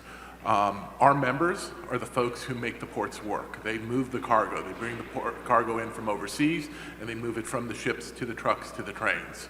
So they are the first step in our supply chain here in Southern California, and they are fundamental to our entire economy. I think you heard a lot of great statistics from Noel here. The dynamic internationally is changing rapidly. What happened in Baltimore is a microcosm of what's happening globally. And I think, unfortunately, one of the things we are seeing is that while Southern California ports partners with LA, Long Beach, the marine terminal operators, we've made tremendous progress in reducing emissions. We're 97% down on SOx, 90% down on diesel particulate matter, 63% down on NOx. We're moving toward the zero emissions goal. It will be incredibly difficult, but we've also, through the state and more so, and I'll get to this in a second, locally are creating a regulatory framework that makes taking the competitive edge back here in Southern California increasingly difficult. I'm sure many of you have heard about what's happened in the Red Sea with regard to the Houthi attacks that's essentially rerouted traffic. Some of you may or may not have heard that similar problems at the Panama Canal as a result of drought. So there's less capacity for cargoes to move from the Pacific to the Atlantic to reach East and Gulf Coast ports. While those are both unfortunate incidents, they present a competitive advantage for West Coast ports. We should see folks, rather than trying to reroute around South America or more likely around the Cape of Good Hope, coming to West Coast ports. We're not seeing that today. We're seeing increased use of the existing slots on existing services to Southern California, but we're not seeing vessels being redeployed. And that's because the regulatory framework here is what I call like regulatory friction, has created a California fleet And it makes it difficult to redeploy. And, you know, one of the things that I think that some of our agencies here in California lose sight of is we need to reduce emissions, and we've demonstrated we can do so successfully, but we need to construct those rules in a way that will ensure that we can always take the competitive advantage, because if we want to be leaders to zero emissions, as I think we all do, we need to make sure folks follow us. And if we're losing market share to other ports, to Gulf Coast and East Coast ports that aren't implementing the programs we have here, we're not leaders. We're in a race by ourselves. And so we need to make sure, we need to collectively work with our policymakers locally and at the state level to ensure that we can retain our competitive edge while improving the environment. One of the things that I think is most unfortunate, we have a local agency that's proposed an indirect source rule. And what they've basically said is they're going to cap port emissions. If you cap port emissions without actually focusing on technology, which is what they're proposing, you're actually just capping cargo. So we have now an agency of California saying, we want to limit the economic engine of Southern California. And that's deeply concerning, I think, it's to me, and I hope to all of you, because these two ports drive our local economy. I cannot stress that enough. We heard earlier from Kevin about the difference between Hollywood and the ports. He's absolutely right. Hollywood pales compared to what the ports do, but it's not sexy, and we don't appreciate that. So, you know, one of the things we're going to be doing is trying to get information out about the indirect source rule. Is we're going to be preparing an economic study to build on the work that the ports have already done. And we were going to come and share it with all of you. Some of the things we've gotten a draft report, I won't get into specifics, but the first step of this economic study is look at what has happened as a result of lost market share. And the numbers are big, like $500 million annually in lost state and local tax revenue. So just imagine if we had remained competitive while meeting our environmental goals, our state and local agencies would have $500 million annually in additional tax revenue. Nearly over 40,000 jobs, it looks like, we're missing. Some of the best paying jobs in the nation because we haven't remained competitive. And so these are the things that we need to start focusing on collectively. We need to make sure that our state partners, our local partners, are taking these issues into consideration, that when they focus on reducing emissions, that doesn't become the sole purpose of their focus, but that they look to ensure that we remain competitive. Because ultimately, the goals that Noel outlined, the only way we're going to achieve those goals is if we have the economic vibrance to pay for those goals, because it's going to be insanely expensive, in the many, many billions of dollars just at the port. And of course, this needs to expand outward from the port to the rest of the region. So the ports are leaders both in terms of the economy, but also in terms of greening the economy, but we need to remain economically vibrant. And I don't think today our policymakers have that in sight. And so, you know, one of the things, you know, I hope to be back to talk to you guys later about the economic impacts. We need to collectively work on this and make sure folks think about this. Thanks, Fran. So I think if we look at the system and systems and the complexity, I would say to you that when I first went down to the port, I'm commercial real estate, it's my day job. So I got sent down to the port maybe 20 years ago because we heard from our tenants, Target, Walmart, whomever, that they couldn't get their goods from the port. And this was back probably more than 20 years ago, right before the 2002 hiccup. But I'm sure our chairman thought there was a traffic light out and I could go down and get that light fixed and then I'd come back and we'd all live happily ever after. I love to say that I fell in love with the global supply chain and I never came home.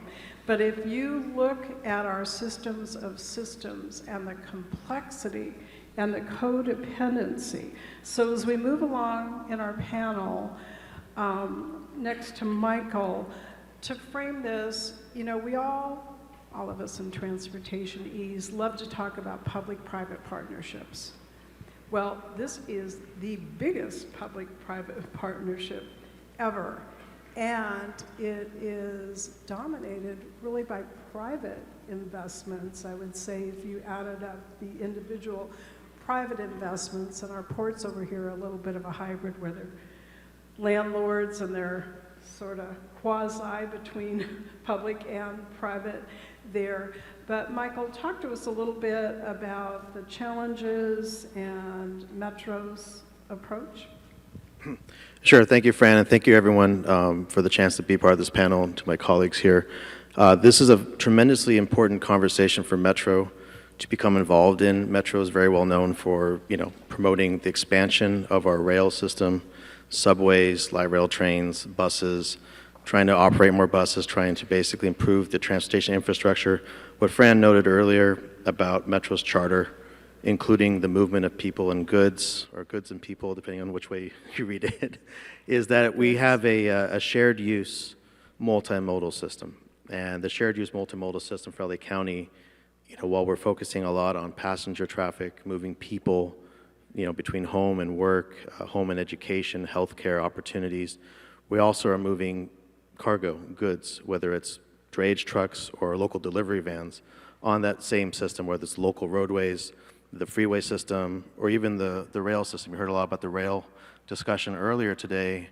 A lot of our service we have in LA County is on freight-owned, railroad-owned right-of-ways, which means we have to be in a cooperative approach to how do we meet the needs of moving freight by rail through the system here, which is much more desirable than by truck if you can do it, which is much less impactful on local communities that deal with not just the traffic and congestion, but also air quality and public health implications of diesel truck movements, while we're also trying to expand passenger rail service, whether it's Metrolink or Low-San, or even now in Metro, we're looking at expanding our light rail system on active freight corridors. The Southeast Gateway line, which is running in the Gateway Cities area, is going to be trying to be run next to and coexist with an active freight corridor that's important to the ports. We have expansion of the Gold Line in San Gabriel Valley that's going to go onto a Metrolink and a freight use right away. And we have different connectivity issues there. So for Metro on the land side, we have to be as strategic and comprehensive and collaborative with our partners on the freight side, because it's very easy in the public discussion to push out the freight piece, because it's hard to have a voice for the freight piece in the public forum, because the freight piece is seen mostly as impacts. But we mentioned here previously that they're the engine driving the economy of LA County, of Southern California, the employment that's going to support a growing population and a growing demand for goods that we saw, even through COVID, with everything going on Amazon. And I won't say how many times Fran used Amazon, but she may have had a part in that. And if you tie the pieces together, Metro at LA County, we have passed 4 sales taxes of a half cent each since 1980, 1990, 2008, 2016. Each one generates a little bit over $1 billion each, and that supports everything we do, from operating buses to building improvements, rail projects, et cetera. When you looked at what happened in 2008, 2009, we just passed Measure M, and then within a year, our sales tax projections that we're going to be using to fund projects dropped by, I think, 20% or more when you had that recession. So the connection between the vitality of the ports, the economic productivity and the engine that is the ports, and the movement of goods throughout this system, and the sales taxes that we generate to support better transit, better air quality, the funding that drives a lot of our approach to how we do investments in LA County, it's all connected and related, and we need to be thinking about in those terms. And when we have a connection to these issues on the land side infrastructure, like the 710 freeway, like the rail corridors, I sit on the Alameda Corridor Governing Board, trying to figure out how do all these pieces work together. And you hear about the impacts, those are real. Those are very real. We have a lot of impacts in terms of what happens with a particular matter, what happens with truck congestion, what happens with goods moving in a way that they probably shouldn't move on facilities that aren't designed for them or not intended for that volume. We need to be thinking strategically, how do we make the system work better? How do we create capacity that's not necessarily maybe widening, but through different kinds of system approaches, using our freeways more efficiently, using our rail lines more efficiently, and figuring out how do we accommodate the growth we need with the ports in terms of handling cargo, the jobs and the economy in the region that's dependent upon the movement of goods, whether it's direct drayage or transloading or logistics or warehousing or what have you. as well as how do we make sure that we're addressing the impacts through policy levers and funding so that we can do both. We shouldn't be an either or a zero-sum game, and there is an invisible ceiling on our ability to operate as a region with the communities that have been impacted, where if we don't address it, continue to address it, even beyond the great work that the ports have done to put in the infrastructure and really go above and beyond their mandates, the Clean Air Action Plan to provide funding. We need to accelerate that. We need the support from the state, the federal government to recognize this region as the gateway it is. I think it's 85% of the cargo for the state comes through the San Pedro Bay ports. The funding sometimes doesn't follow that. Sometimes it's more distributed by population than by need. So, I think this is collectively an opportunity for Metro to work together, build these coalitions, and ask for a larger pie to be able to do all the things we do, as opposed to being forced to make decisions. Do you invest in something that supports freight, or do you invest in something that's community? And I think those are false choices. I think there's a way to do it, but I think articulating those connection points is something that we need to do at Metro with our partners so that we can go together to our funding partners and be able to show that we can do both. We can have more cargo being handled, more transportation mobility, cleaner air, and more safety. And I think those are the things that we're working on at Metro with our 710 plan and various other efforts in the port area and throughout the region. I'll stop there. Thanks. So, Michael, flashing back to the previous panel, we focused a little bit on our next-gen bus plan. Taking that page and putting it into our freight playbook, do you see us having a next-gen freight plan by any chance? I do think there's that opportunity, and I think it starts with looking at the freight system as a cohesive, comprehensive systems, right? So one of the hats I wear at Metro, I handle the regional rail, passenger rail, freight rail piece. I handle the goods movement policy, but I also handle our long-range planning team. And one of the changes I want to see us make is, if you're looking from a goods movement perspective, what does that system look like, just like we look at it now from a passenger perspective? It doesn't mean that we're going to center the system just on freight needs, but you need to have an articulated sense of what that looks like so that we can build it into our planning efforts and making sure that we're not just fitting in freight things where needed and then we're causing problems to it, like you're seeing at the local level where you have delivery spots being taken away because of planning for maybe a bus lane. Or you have, design options that are not conducive for trucks to turn as opposed to smaller cars, or you have constraints that are happening at the port area that are creating incentives for trucks to travel longer and use roadways they shouldn't be on to deliver the goods they need to, because we're worried about, their VMT issues. And so we need to be thinking about a way, for me, cohesively, what does that freight strategic plan look like for the region across modes, and then marry it to what the passenger piece looks like, and then find those opportunities to co-invest and to elevate priorities. So I love the idea, and we'll call it the Fran plan when we get it going. So Fran loves freight.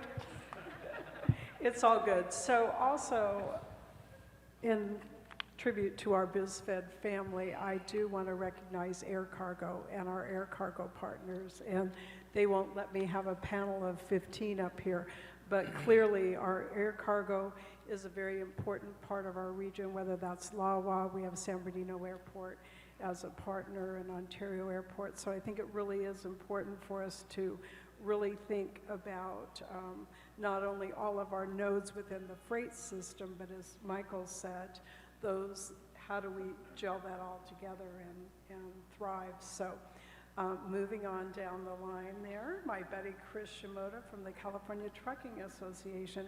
Chris, you just been at the beach lately, sitting there? Oh, yeah. Drinking pina coladas and...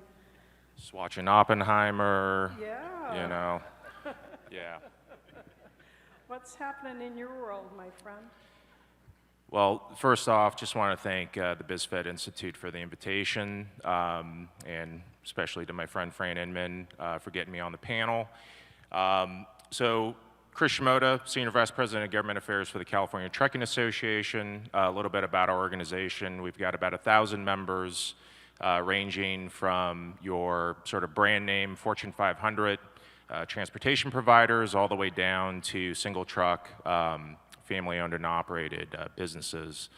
And for those that don't have to think about trucking every day like I do, just a little bit about the industry. Trucking is really the dominant mode of, we're talking about goods movement as the engine of the economy.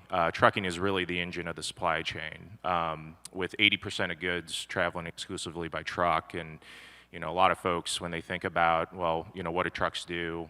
You'll think about the Amazon package showing up at your doorstep. But it's really every conceivable part of modern society and the economy is supported by trucks. So some examples: food, agriculture, healthcare, construction, housing, manufacturing. And since we're trying to reach our Gen Z folks, per the last panel, Taylor Swift Eras Tour needed 90 trucks. So for all you Gen Z folks, no trucks, no Taylor Swift. So just keep that in mind.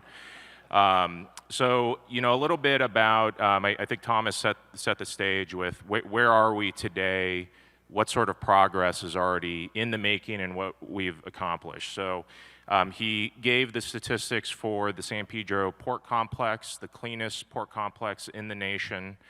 Since 2005, 88% diesel particulate matter reduction, 62% NOx reductions. On the trucking side, I'm very pleased to say that we've gone even further.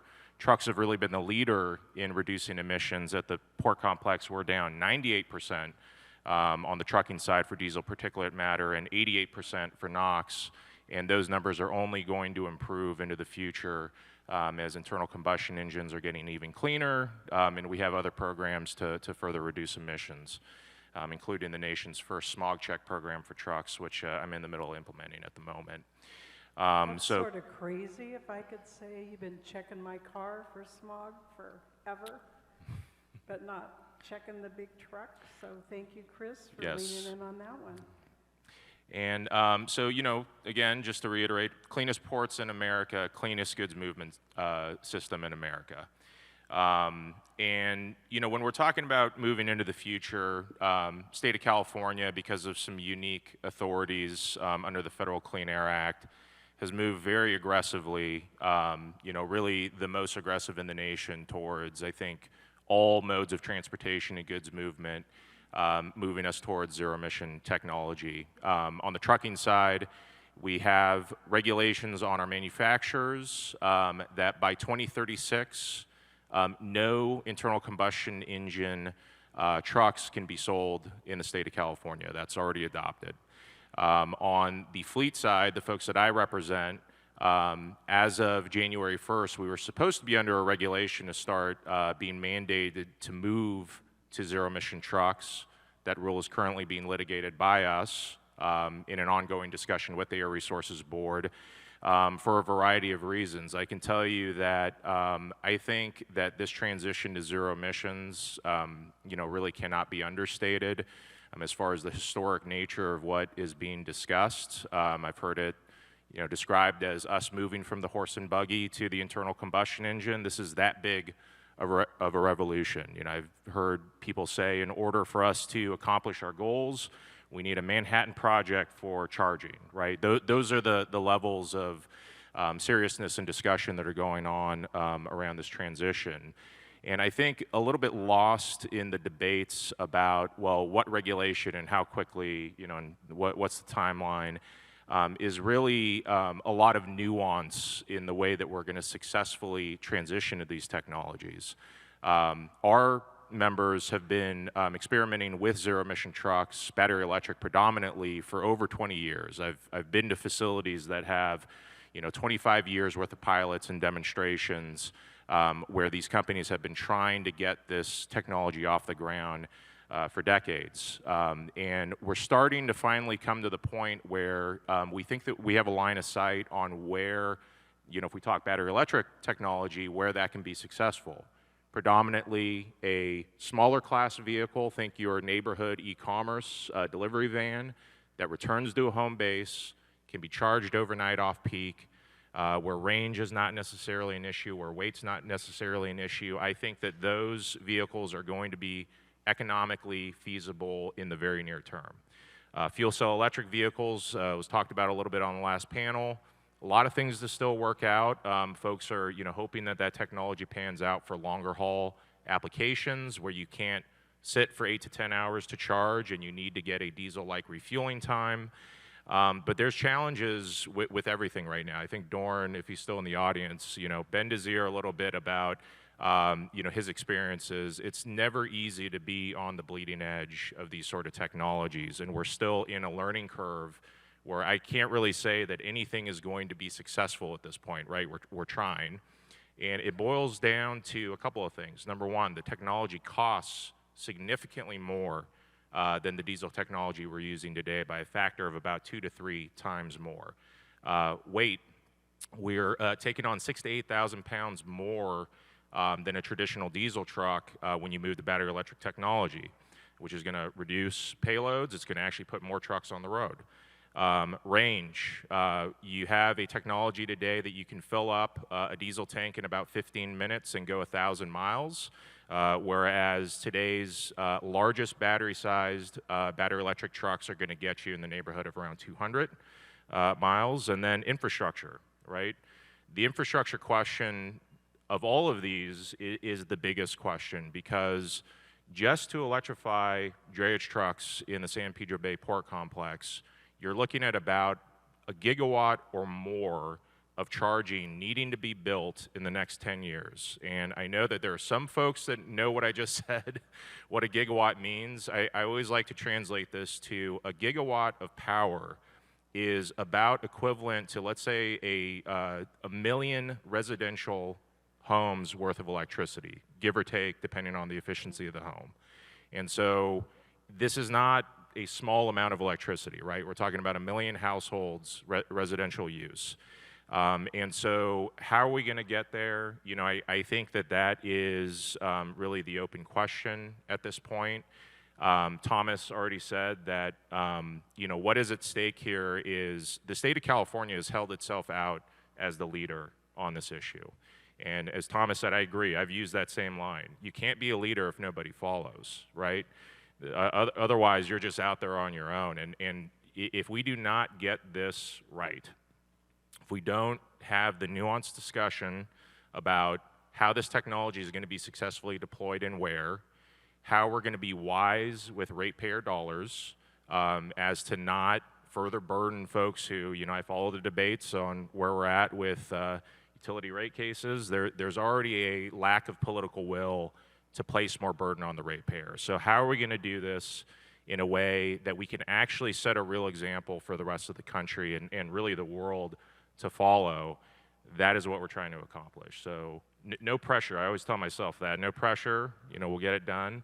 And Thomas, I think, just to wrap up, we need to actually work with our friends in Hollywood, I think, to explain what we do in goods movement. Let's get Christopher Nolan, Greta Gerwig. We need a goods movement movie. Can star Fran, right? We'll have to do our casting, decisions on who plays who. But, that's probably what we need to do to translate, the two worlds of Southern California. So just to frame that, I think we're all here today, not to whine, but to really share intel and think about what we can do together. So at the end of last year, the California Transportation Commission presented to the legislature their SB 671 report, which was required of them to take a look at our alternative fuel future and identify the key corridors and make recommendations on how we might get where we hope to go. So what I think we all collectively need to do is lean in to make sure that that isn't a receive and file experience, because this point and connecting, and I know we have our partners from Edison back there. I know Thomas is taking great notes, and he tells me not to worry, but if you all read the Pathways to 2020-45 report that Edison published at the end of last year, talking about the magnitude of investment that they need in our service area here, and then we're also supported by DWP and our other area munis. We've got a lot of heavy lifting to do, and I think that we're playing with old playbooks, And if you're going to be a leader, sometimes the game plan needs to change a little bit. So if we could all create a forum where we can get key stakeholders to come in the room and let's lock the doors and say, okay, there's no bad idea here, throw them all out there, see what we can do collectively together, because it is going to be expensive. In the Edison report, I think they told us they need 4 times the power. Is that right, Thomas? Oh, north of that.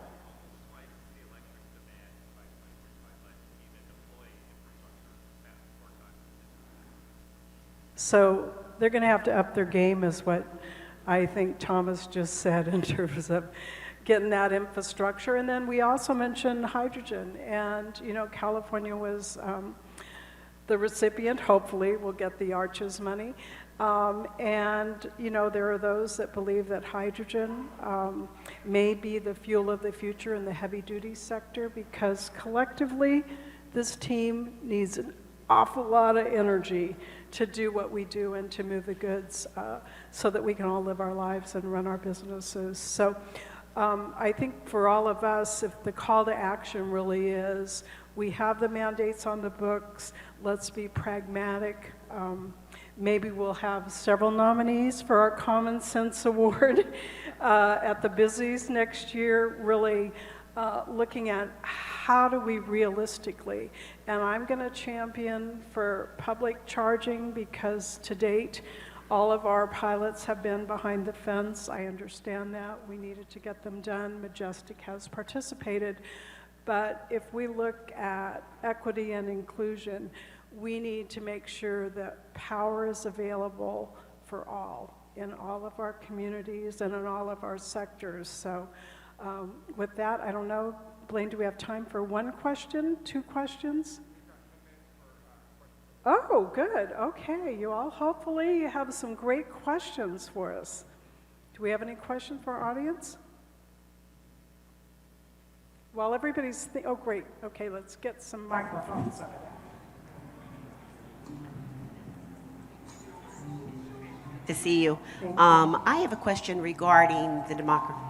I'm Sharon Evans. I run Business Resource Group CDC, and I coach our transportation for BizFed Los Angeles. I would like to have a couple of you comment on how you envision us democratizing the future access to clean fuels and trucking for residents in our communities, given that the price of clean trucks is $375,000. I know we piloted a fund that didn't go, a lot of it went to OEMs. So how do we ensure that those opportunities that are 40% held by minority truckers in Southern California continue to have a role in this future? Thank you for the question. Great question. And you know, when you're talking trucking, it is one of the last major blue-collar industries left in the state. We have a minority workforce, so this really gets to the heart of the equity question, right? And this is what again gets lost in this discussion about zero emissions. Instead of having the sort of discussion that it's going to be deployed in very specific areas with people who have the risk tolerance for getting into technology that is brand new, we've sort of said, okay, we're going to do everything everywhere all at once without regard to sense or economics or class, you name it. And it really has become the tail wagging the dog, right? The goals were set. They were, probably very difficult to meet. I won't say impossible, but very difficult. And now we're struggling for solutions for, if you're a single truck operator, that is your livelihood. You can't take the risk of a brand new technology that in some cases may get recalled. That recently occurred, where you're going from ubiquitous fueling to 8 to 10 hours every day to charge at a location that does not exist. I mean, those are the sort of discussions that we're having. And, the reality is the deployment of this technology is going to be led by larger firms first, who can invest that money, build infrastructure behind the fence, And as the market really develops, that's where we're going to see solutions for everybody starting to come into focus.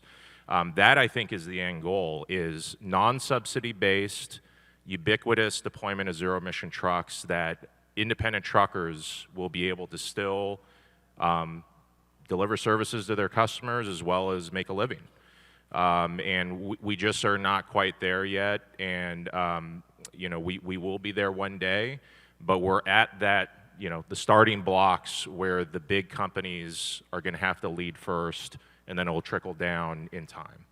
But Chris, our small businesses, and in this case we have a lot of small minority businesses, can't take a time out and, you know, sit this quarter out.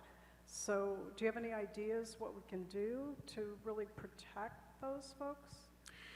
Well, and I think that gets to the heart of our disagreements with the regulators is, you know, we think that there's probably a rational way to get this market moved in a serious way. Noel talked about, we went from 9 trucks to a little bit over 400 in 1 year. That is the kind of progress we're going to be making for a while, right? Every single one of those trucks needs a DC fast charger. Again, for those who may not speak that language, right, that's your Tesla supercharger is a DC fast charger, 50 kilowatts and above. We need to be building, if we're going to reach these regulatory goals, 300 to 500 DC fast chargers every week, getting them in the ground. That is roughly, let's call it 3 to 5 times the national average of DC fast chargers installed in the whole country.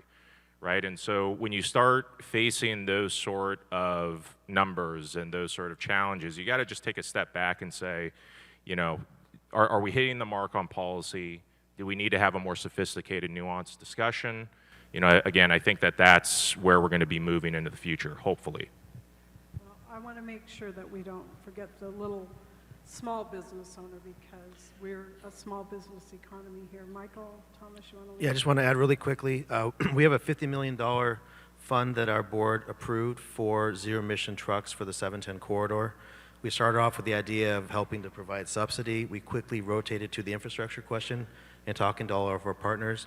And what we recognize are 2 things. One is that the smaller truckers, the independent truckers, the smaller fleets, don't have as much access to places to charge, even if they wanted to. They're parking their trucks, you know, not in a big yard, but sometimes on the street or somewhere else that they get to.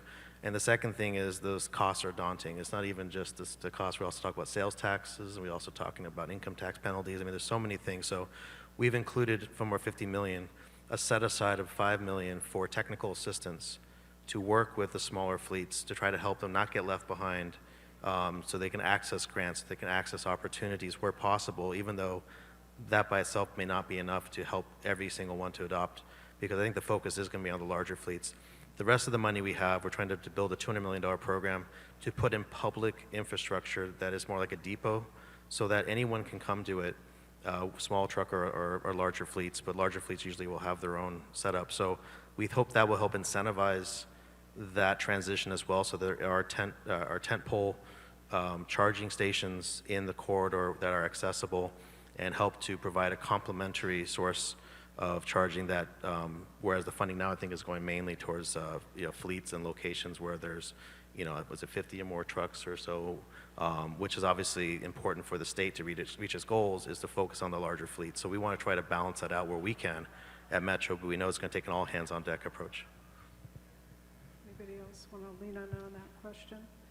But great question, appreciate that. Do we have another quick question from the audience? Just one? Yes. Just one. Sal DiCostanzo with the ILWU.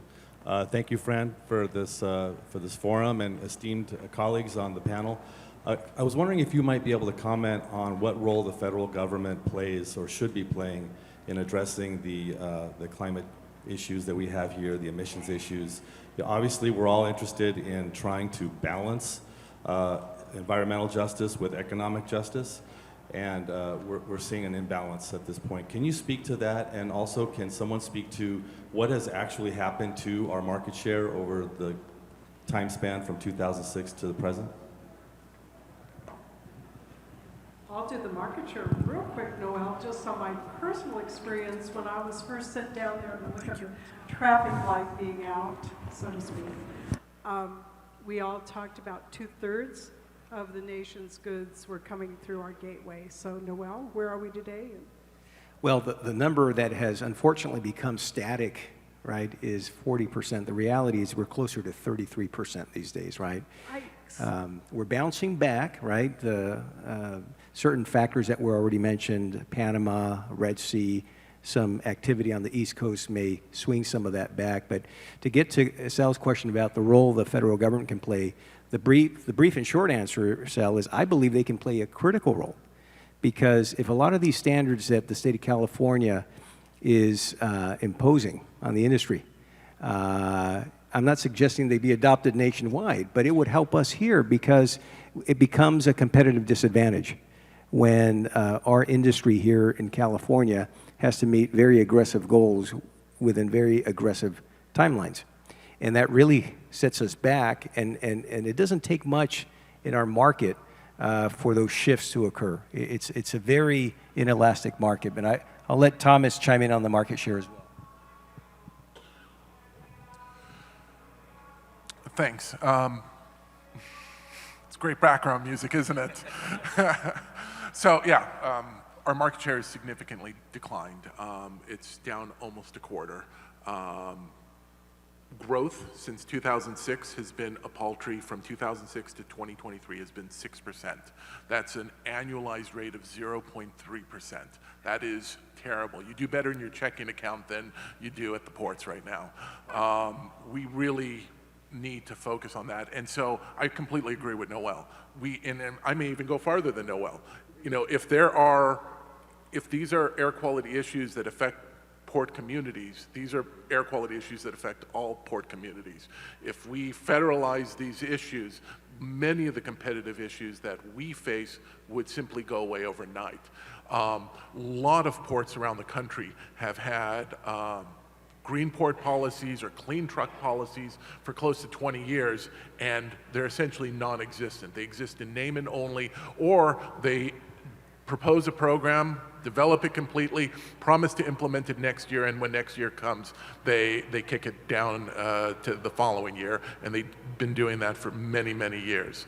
And so I would love to see the federal government be active here, because right now, recently, this is probably inside baseball, but EPA has proposed to disapprove the Clean Air Plan for Southern California. That puts us and all the businesses in Southern California at incredible risk, even though we are the single most aggressive air quality regulated place in the nation.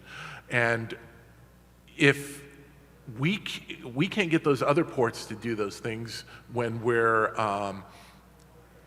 the leader, then we're going to continue to bleed cargo to East Coast and Gulf Coast ports, and we have the federal government sanction us for apparently not doing enough, which is, I can't imagine a more absurd result when we are clearly the leaders here and the federal government wants to sanction us. So we need to really get on the same page with the federal government. We need other ports to be on the same competitive playing field as us, or we need, and the thing I think everybody would agree on, if we're the place where air quality regulation must be focused, federal dollars need to be focused here. And we're going to get, I think, $500 million possibly this year in Clean Ports funding. That's a drop in the bucket compared to what we need. Absolute drop in the bucket. And so there isn't the federal investment that's necessary for us to reach our goals. Well, I'm also excited for this panel as well, because we're going to be talking about the pathway to zero emissions.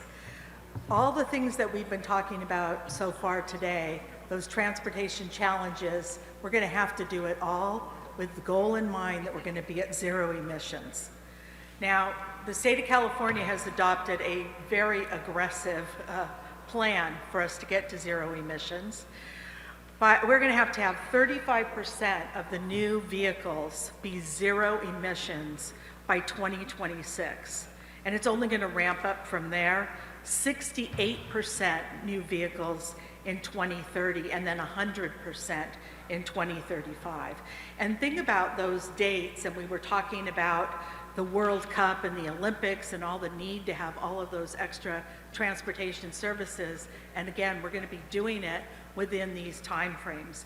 And to sort of put in perspective where we are, last year, 2023, about 25% of the vehicles that were sold, I'm talking about passenger vehicles, were zero-emission vehicles. So you can see in 2 years, we're going to have to ramp up and have an increase of 10%. Now, the California Air Resources Control Board has adopted some fleet rules that will probably assist in some way in turning over the fleet to these vehicles, but we're going to be facing a lot of challenges. One of those challenges is the adequate supply of public chargers stations. And I think that when we were looking at the Pulse poll that was done, that was clearly apparent, because that was one of the main things that people were concerned about for having electric vehicles. We're going to have to think about meeting these emission reductions with renewable energy sources, because remember, we have these other competing requirements that are coming out of the California Energy Commission. And then we're going to have to consider the fact that we have an aging transmission and distribution system, and how are we going to maintain reliability for that system when we're going to be putting it under all of this new stress. And then finally, how are we going to pay for all of this and be able to still keep a vibrant economy going here in Southern California? So we are very fortunate to have some of the experts in this field. I'm very excited about them. And I'm going to ask each one of them to do a brief introduction. Angela, why don't we start with you? You really are have the pulse of hydrogen power. And could you talk a little bit about your organization and then some of the policy initiatives that you think are going to support us moving more into hydrogen power? Okay, great. Thank you. Thank you so much for the invitation. It's a pleasure to be here. And transportation is on the forefront of decarbonization. And California, its fifth or sixth largest economy, depending on what day of the week it is a beacon that everybody looks towards in terms of how do we decarbonize, how do we have aggressive policies that lead to zero carbon by 2045, which is what our goal is. And we are the model for integrating renewables onto the grid safely and reliably to operate a reliable decarbonized grid. Now, to operate a reliable decarbonized grid over a certain percentage takes creativity. And we need to shift our thinking around just a little bit to ensure that, traditionally the system was centralized generation, sold directly to the customer, and the customer pays whatever the system charges.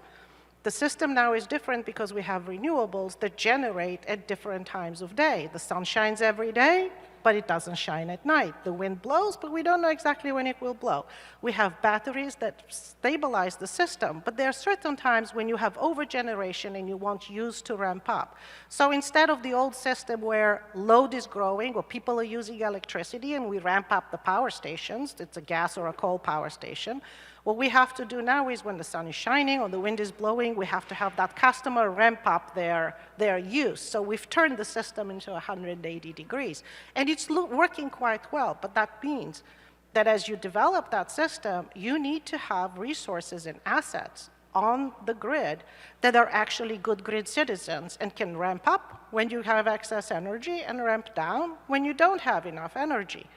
And that's very important for us as we develop, whether we're building a new hospital, whether we're building a new charging station, whether we're building any kind of use, that it has that ability to follow load and follow the grid. Even customers now, you can have a solar system with storage and an electric vehicle. If you're able to sell back into the grid, all of a sudden your home, your system, your car becomes an asset. And that becomes very exciting because customers for the first time can monetize, because green power gives you that ability to literally be empowered to control your own energy system and your own energy destiny. And I've worked in the renewable energy field all my life, but I come from the infrastructure side. I've worked in utilities, New York Power Authority, and the LA Department of Water and Power. So I know what it takes to build infrastructure and decarbonize that infrastructure and the timeline you need to start with a high cost, increase the volume, and reduce the cost. California has done that successfully with solar. California has done that successfully with batteries. California is leading the way with electric vehicles. But to decarbonize everything and get to 100% carbon-free across all sectors, industry, agriculture, aviation, shipping, transit, heavy-duty transit especially, you need a decarbonized fuel. So what is that electric fuel? Literally capturing sunshine in a bottle and making an electric clean fuel. Hydrogen. That's the easiest way. Water, electricity, you make hydrogen. And hydrogen is a fuel, again, a renewable zero-carbon fuel, because when you use it, there are no emissions, that you're able to use for transportation, especially heavy-duty transportation, port applications, shipping, use it for agriculture as well, because it is a component in fertilizers. But it is also a storage mechanism that allows you to have a fuel that is a decarbonized fuel that can be used in lieu of gas. We use 30,000 megawatts of gas every night. So when the sun goes down and public and utilities ramp up, you're using natural gas, which is a fossil fuel. How do we decarbonize that ramp, which is 17,000 megawatts going on to 25,000 megawatts every day for 4 hours a day? You need a combination of solutions. Certainly batteries can help, but you also need hydrogen because of that ramping ability and being able to preserve the operation of the system. And you also need hydrogen for long duration storage. You can store hydrogen for a very, very long time and it doesn't degrade. If you don't use a battery for a couple of weeks, you're not going to have much of a battery left on your phone, I think. So batteries have a great use for modulation in everyday operations that are fast and charge and recharge on a daily basis. But you need an additional fuel that allows you that reliability and redundancy, and also allows you to use the transmission network, because you can utilize it as a kilowatt hour and transport it via electricity, or you can use the pipelines and transport it via a fuel, and then you have redundancy in your system as well, and that allows you to decarbonize across the board and the really hard to decarbonize areas such as shipping, aviation, agriculture, heavy-duty industry that you couldn't do otherwise, and you couldn't do it for heavy-duty transit as well, and I know there's a focus on transportation here also. So, I mean, like to compliment DWP taking an incredible leadership role in making sure that we have hydrogen, not only in California, but also in their Utah plant. Public Power has always been on the forefront of this, and we're excited to work with them, but also transit agencies. We have the Alliance for Clean Renewable Energy, Hydrogen Energy System, ARCHES, that was created. It's a public-private partnership that has all of the UCs together as a united front, all of labor together as a united front, as well as GoBiz from the governor's office, that basically is leading the charge to create a hydrogen ecosystem in California and beyond. For the first time, we were very fortunate. We applied for a hydrogen hub. We were selected by the DOE. California has never received an award in that area. We were the biggest hub, $1.2 billion. And that $1.2 billion has unlocked an additional $10 billion in California, making this a $12 billion hub right from the very beginning. We're in negotiations with DOE right now to finalize the cooperative agreement, and we expect to start funding the project very fast towards the end of this year, because we have a very small timeline in which to execute. This is a hub that is supposed to put steel in the ground, boots on the ground, commercially viable projects, bring down the cost from 2024 until 2030. Everything has to get built by 2030. We do not have time to be delayed by regulatory frameworks or by new initiatives that are going to actually make these projects harder to permit or harder to qualify for all of the incentives that are going to be available from California and the federal government. And we need to make sure that those projects get built, and if they do, they bring a benefit of $2.96 billion a year in health savings, just from reduced death, reduced asthma, and reduced hospital visits. And they bring in 200,000 new jobs, and those are high-quality, family-sustaining careers.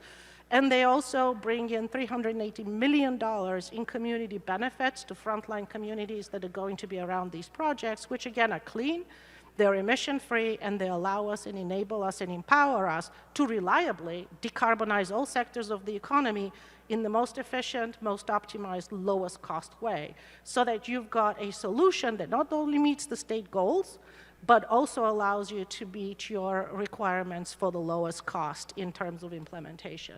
So we're very, very excited to be working in this field. I'm happy to talk about regulatory frameworks as well and some of the issues we're dealing with, but I'll stop here and let others take over. Actually, I did have a follow-up question for you, because as a planner, I'm always interested in, like, how did you get your projects through? I mean, we're talking about a really short amount of time to get your projects on the ground. Is there anything that you can say about, like, how you have been able to do that? Well, what we did was we issued an RFP initially before we even applied of viable projects to apply it in Arches for a hydrogen ecosystem, because we wanted to create an ecosystem that covered all of California and the state and focused on production, but also matching in real time that production with offtake and making sure that we have the offtake as well. We were surprised. We received 100 and something proposals totaling $56 billion potential in California. Out of those, we picked 39 that were the most viable and focused on areas where we knew there was credit-worthy offtake, which is power, transportation, especially heavy-duty transportation and transit agencies, and ports. Because the ports are also, if they have to meet the requirements of the 21st century, they need to decarbonize. They need a fuel. What is that fuel going to be? It's going to be a hydrogen or hydrogen derivative of some kind. So ports are starting to get ready as well. We also have one ship that's running on hydrogen as well. So it's all very exciting. And then we picked the projects that we thought were most viable, most able to also be an off-taker and pay for it. And we started negotiating with them. We have 31 projects that are tier 2 projects that are also very good viable projects and can slide into a tier 1 project if necessary, if we hit a permitting snag. That's possible. CEQA is hard in California. We also have to comply with NEPA. Somebody's financing may not come through. We have, you know, the 45V kerfuffle that has been throwing a curve into our operations as well. We've got Assemblymember Bennett creating all kinds of havoc as well. So we've got issues to work with before we've even started. But I'm confident we can get through it because we have an awesome coalition. And we have 400 members. We have working groups. We've got community engagement as well. And I mean, this is like motherhood and apple pie. Who can argue with renewables, jobs, community benefits, making sure that our kids have access to good, high-quality careers, and cleaning up the environment and meeting our air quality and climate goals simultaneously while we solve all those issues? I mean, I find it hard that people would have a problem with that. There you go. I agree with you. Shant, you really are on the front line working for Southern California Edison. And so I'd like you to talk, if you can, a little bit about yourself, your program, sure, and then talk about what Southern California Edison's vision is to be able to provide the power that's going to be needed in order to achieve, no carbon in the future. Yeah, happy to. And Angelina spoke about this very well, and Fran stole some of my thunder earlier, so I'll be very quick. But good day, all. My name is Shant Nahapeti, and I'm a senior policy advisor at Southern California Edison, and I lead a lot of our external engagement on our transportation, electrification, policy, and infrastructure priorities. And what Fran mentioned earlier was our countdown to 2045, which is sort of our vision for how the state can achieve its decarbonization goals. And it takes more of a macro look. It doesn't just look at our service area, but really looking at the state's goal and what we need to do across the state to achieve those goals. And what we essentially found in doing this analysis was that in order for the state to meet its goals, we expect about an over 80% increase in electricity demand by 2045, driven in large part by greater electrification of transportation and space and water heating and buildings. Now, that countdown analysis also looked at how do we deliver more clean power, how do we incorporate more forms of clean, renewable sources of power into the grid, and how we deliver that to our customers for their various end uses, whether that's charging electric vehicles, cargo handling equipment, what have you. And specifically in transportation, our analysis found to achieve the state's goals, not over 90% of light and medium duty vehicles would have to be electric by 2045, and about 50% of heavy duty vehicles would be electric, and presumably the rest could be hydrogen fuel cell vehicles and so forth. And to achieve that vision, we're going to need more forms of clean, firm generation, like clean hydrogen, as Angelina mentioned. So I won't belabor that point, but also other sources of clean, firm power, whether that's geothermal, next generation nuclear in the form of small modular reactors, and more solar, both at utility scale and behind the meter, customer-sided rooftop solar, and a considerable amount of wind power, including offshore wind, which has a great load profile and is able to generate power when the sun's not shining. And to deliver the power from where it's generated to our customers, we're going to need a dramatic expansion of the electric grid at an unprecedented rate, unlike anything we've ever seen. And by our analysis, new transmission and distribution infrastructure will need to be added at about 4 and 10 times their historical rates. And that's staggering. It's no easy feat, and following the conversations that we've had this morning, none of this is going to be easy. It's going to be incredibly difficult, but we think it's absolutely essential to achieving the state's goals. And it's going to come at a very high cost, and I know we're going to explore that in another question, so I'll stop there and save some room for others. No, I appreciate that. I'd like to move on to Dennis, if we could. So, Dennis, I'd like you to tell a little bit about what you do. LADWP has a strategic long-term plan, and I know you are very instrumental in implementing, I think, almost every aspect of that plan. So can you tell a little bit about yourself and then a little bit about what that plan is? Certainly. Thank you for having me. Hello, everybody. I'm Denis Obiang, Director of System Planning for the Los Angeles Department of Water and Power. I'm responsible for the planning of generation, transmission, distribution, distributed energy resources, energy efficiency for the entire system. So it is a comprehensive approach to this. DWP is a vertically integrated utility. That means we own, operate, generation, transmission, and distribution asset, unlike SCE, so they separate. So in terms of strategic transmission plan, strategic long-term resource plan, it's a plan that enables us to see the roadmap to get to energy transition. It's a modeling plan that has an engagement with stakeholders to understand how we're going to get there in terms of the quantity, the type of energy, and the timing when that energy should be delivered. We also have to talk about cost. DDP did something unique. Again, we are pioneer. After the LA 100, we also did something called equity strategy study with NREL and UCLA. Why do we do that? Because we realize in order for us to go to 100%, we're going to spend a lot of money to get there. How do we ensure that those investments are distributed in a manner that are equitable to all our customers? So that's something we also taking into consideration. One thing we found out from that analysis, affordability is key. Access to solar, EV charging, clean air, and jobs. Now, with respect to my role in terms of getting to 100%, we have 3 plans. The resource plan that is a roadmap to get there is only going to be solar, wind, and battery. A little bit of geothermal because geothermal is a little bit difficult. It's available, but not readily accessible. So we're going to focus on solar, wind, and battery. We're going to need transmission.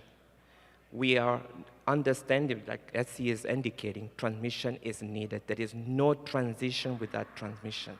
So what are we doing for us? We recognize that we have challenges. It takes 10 to 15 years to develop transmission in California. We also are facing with wildfire that are constantly being wilder and more frequent.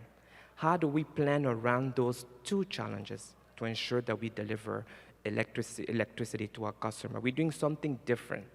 We're going to add a brand new corridor going from New Mexico, stopping at Arizona, passing to Imperial Valley, and come back to Los Angeles. What are we doing? We're adding wind in New Mexico, adding solar in Arizona, bringing geothermal in Southern California and channel it to Los Angeles. That's one. We're also going to reuse what we call repurposing existing oil pipeline, clean them up, and insert transmission underneath the pipeline, reducing CEQA processing, ensuring that it's bulletproof for wildfire, because we know wildfire is here. So we have to do that as well. So those are the things we are working right now to get us to the finish line faster. Distribution. Distribution is going to be the most important aspect of investment. We talked about earlier about electrification. How are we going to ensure that EV charging gets to the hand of our customer? What we found in our equity strategy study, most of our customers live in multi-family home or renters. They don't have access to EVs. So they're not going to get it. We put them aside. Then we look into residential customer. It turns out, in order for a residential customer to adopt EV, mom and dad have 2 EV cars at home. They may not be able to afford the electric panel upgrade that is required to sustain those 2 cars. And it costs between $7,000 and $20,000 out of the picture. These are the people that want to naturally adopt electric vehicle, but they don't have access. We took that information. Armed with that information, we went back to the drawing board and say, how do we facilitate electrification? If we are the electric utility, so we came up with a new approach. DREP will be building electric vehicle infrastructure in the form of a gas station, synonymous like a gas station, across the city of Los Angeles, providing access, whether you live at home, whether you're a renter or wherever you live, you will have access to EV charging. What that does is send a signal to mom who's renting, who can now say, I have an EV hub near me, I can go ahead and get my EV car. And also, what about transit load? Those that don't live in Los Angeles, those that visit Los Angeles, those that just work in Los Angeles, where would they charge? These facilities would enable them to have access to EV infrastructure. That's one. Collectively, we have to manage electrification. It's a big load, like you heard. Our load gonna pretty much double between 2045. The reason we put in those EV hubs is a mechanism for us to manage EV charging. Because if we know where they are, we know what energy they would need, and we can send a price signal to those EV hubs. One thing we're also learning how to do, how do we predict the output of large-scale solar and wind in a manner that is precise? If I know within the next 6 hours, we're going to have excess generation, we don't know what to do with it. What do? Do we curtail, let it go to waste? Or do we store it, put it in the energy storage, and give it to our customer to reduce costs so they can charge their car? That's what we're planning. The future that enable a complete integration of transmission, generation, and resource, and also electrification. A future that takes into consideration that all our customers don't have access. A future that also understands that affordability is key to ensure that all customers are equal access to power. Thank you. Frank, your company really is a leader in terms of integrating electric vehicles into the business model. And could you talk first a little bit about that effort, and then what is it going to take, do you think, to transition us within the time frame that CARB has set to get to electric vehicles? Thank you. And by the way, thanks Kevin and BizFed for putting this on. It's such a beautiful place, and it's hard not to get distracted by the art and stuff. And it's so nice to see all these great faces here too. And I appreciate the question, Aileen. Actually, so BYD Ride, you probably have seen Ride on the screen here. We're a manufacturer of electric vehicles here in Los Angeles County. And we make, here we make buses, transit buses that are battery electric, school buses that are battery electric, and trucks that go to the ports, and trucks that do a little bit of drayage, and forklifts that you often see on the floor of warehouses. And these are all battery electric and zero emission. And we're a global company, so it's something that we're doing. We're not just doing buses and trucks here, we're doing them all over the world. And we're also doing cars in a lot of places that aren't the United States. And so I want to like answer your question in this way. I was thinking about this place that we're in, and the first time I came here was in November of 1979. I took a train up from where I was going to school, and I was going to meet my cousins here, and they were going to drive me up to the Bay Area. And you know, I remember so much about it. I've come here a lot of times since, but I really remember like those leather seats over there. And nobody knew what time my train was going to come, so I remember sleeping there waiting for somebody to come and get me. But I also remember going through those doors that you walk through here in the front, and there was taxi cabs and porters, and there was like all kinds of activity here, and it was very exciting. Now today, if you walk out that door right now, any one of you, I challenge you to do this. You walk out the door, you look across at La Placita, or you look over at Chinatown, or you even can see Philippe up the street there, and you know what? Within 5 minutes, you're going to see a BYD electric bus come right up this road here. That's transformative. And this is it's happening. And you know, all the roadblocks and speed bumps and hassle, yeah, it's part of something bigger. I can't remember who it was on what panel, but they were talking about how this is like the transition from horse and buggy to internal combustion. And yeah, we're literally in a historic moment on as far as transportation and goods movement and all the things that we're talking about here today. So how do we get there, right? Because you know, it is, as I think everybody said, it's, you know, the infrastructure takes time. I love what you were talking about. I just think some of those ideas are brilliant. But the infrastructure is going to take time. The acceptance is going to take time. The idea that, well, okay, range anxiety, that's something, right? But I drove down here in an electric car today. I had no range anxiety, and I'll have no range anxiety driving over to Beverly and Alvarado later and back up to the office, and that's, you know, a classic trip in a car in a day. And I'll charge it at work if I don't have the charging facility at home. And, you know, okay, so that's me. I work for a company that makes electric cars, and I can do that, right? But what do other people do? Well, you know, the prices of these vehicles are coming down.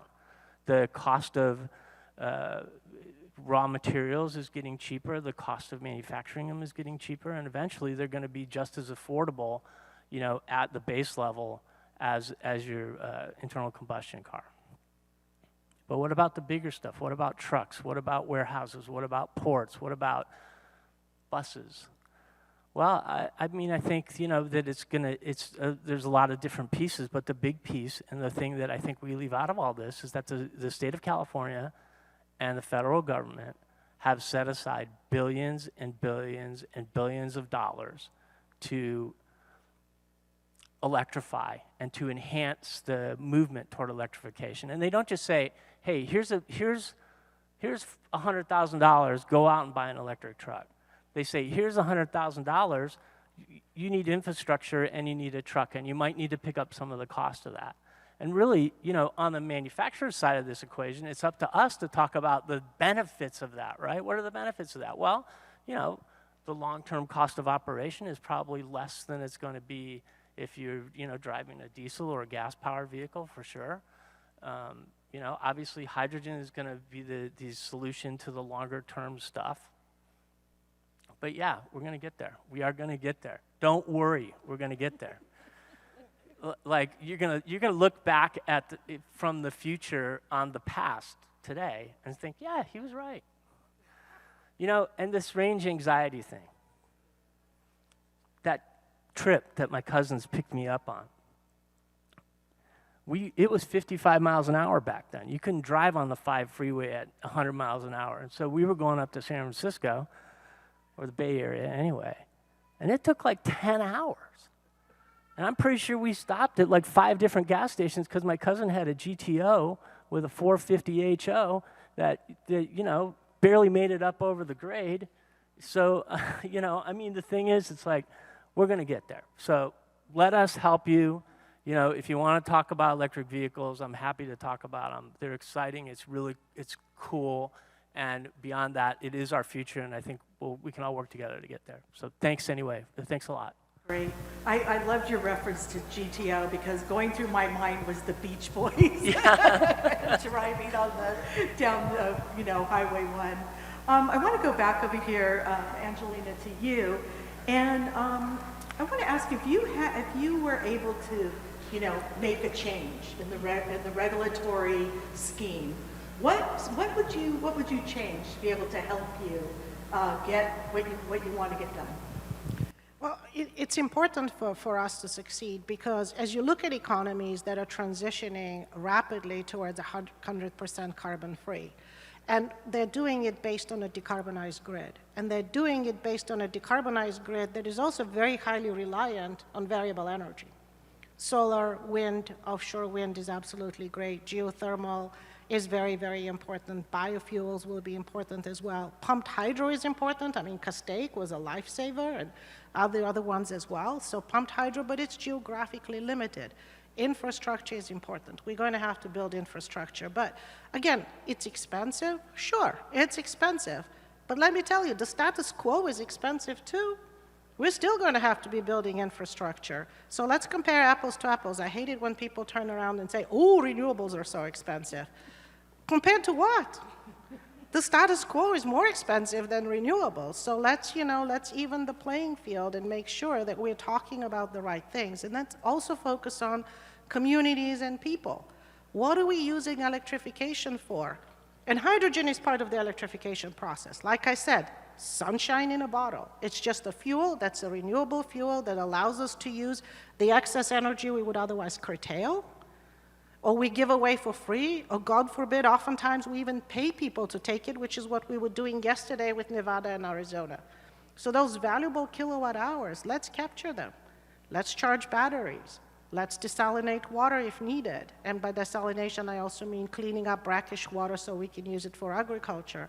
Let's also use it for making hydrogen and utilize that hydrogen to decarbonize the hard-to-decarbonize areas and to allow additional storage and to allow an additional system to be able to support our operations, which is improving on our pipeline system alongside with our transmission systems as well.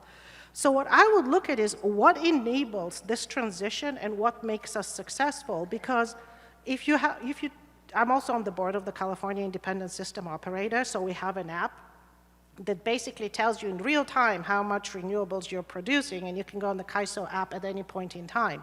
Usually you'll see 60, 70% renewables. So the RPS, the Renewable Portfolio Standard, we need to be very careful. The RPS definition does not include behind-the-meter solar, and it does not include large hydro over 30 megawatts, which is an additional 15, 20% on our grid. So if you're looking at that CAISO app that's at 60, 70%, add another 15, 20 to it. Very proud to say that California ISO has been able to operate a 100% renewable energy grid reliably together with our utility partners, and we've reached that goal. So we're able to do it reliably. We're able to do a resilient grid. This is the lowest cost because now solar, wind, hydro are our lowest cost resources. Why don't we transition the transportation system and other areas to it as well? So I look at where would be incentives and where do we need to incentivize to have a meaningful difference. So as Frank pointed out, what's the problem? First, cost of the vehicle and also fuel. So if you take it from a hydrogen perspective, because that's what I'm focused on right now, is let's have incentives on the end-use side, because we're displacing diesel. We're displacing the most polluting element of all. And let's make sure that we're able to do that with a plethora of options, whether it's for light duty and medium duty based on batteries that are getting more and more efficient, or have a fueling option for the heavy duty as well, which is what the transit agencies are doing. I see Foothill Transit Agency there, one of the great leaders on both electric and hydrogen buses. And hydrogen buses are also zero-emission vehicles.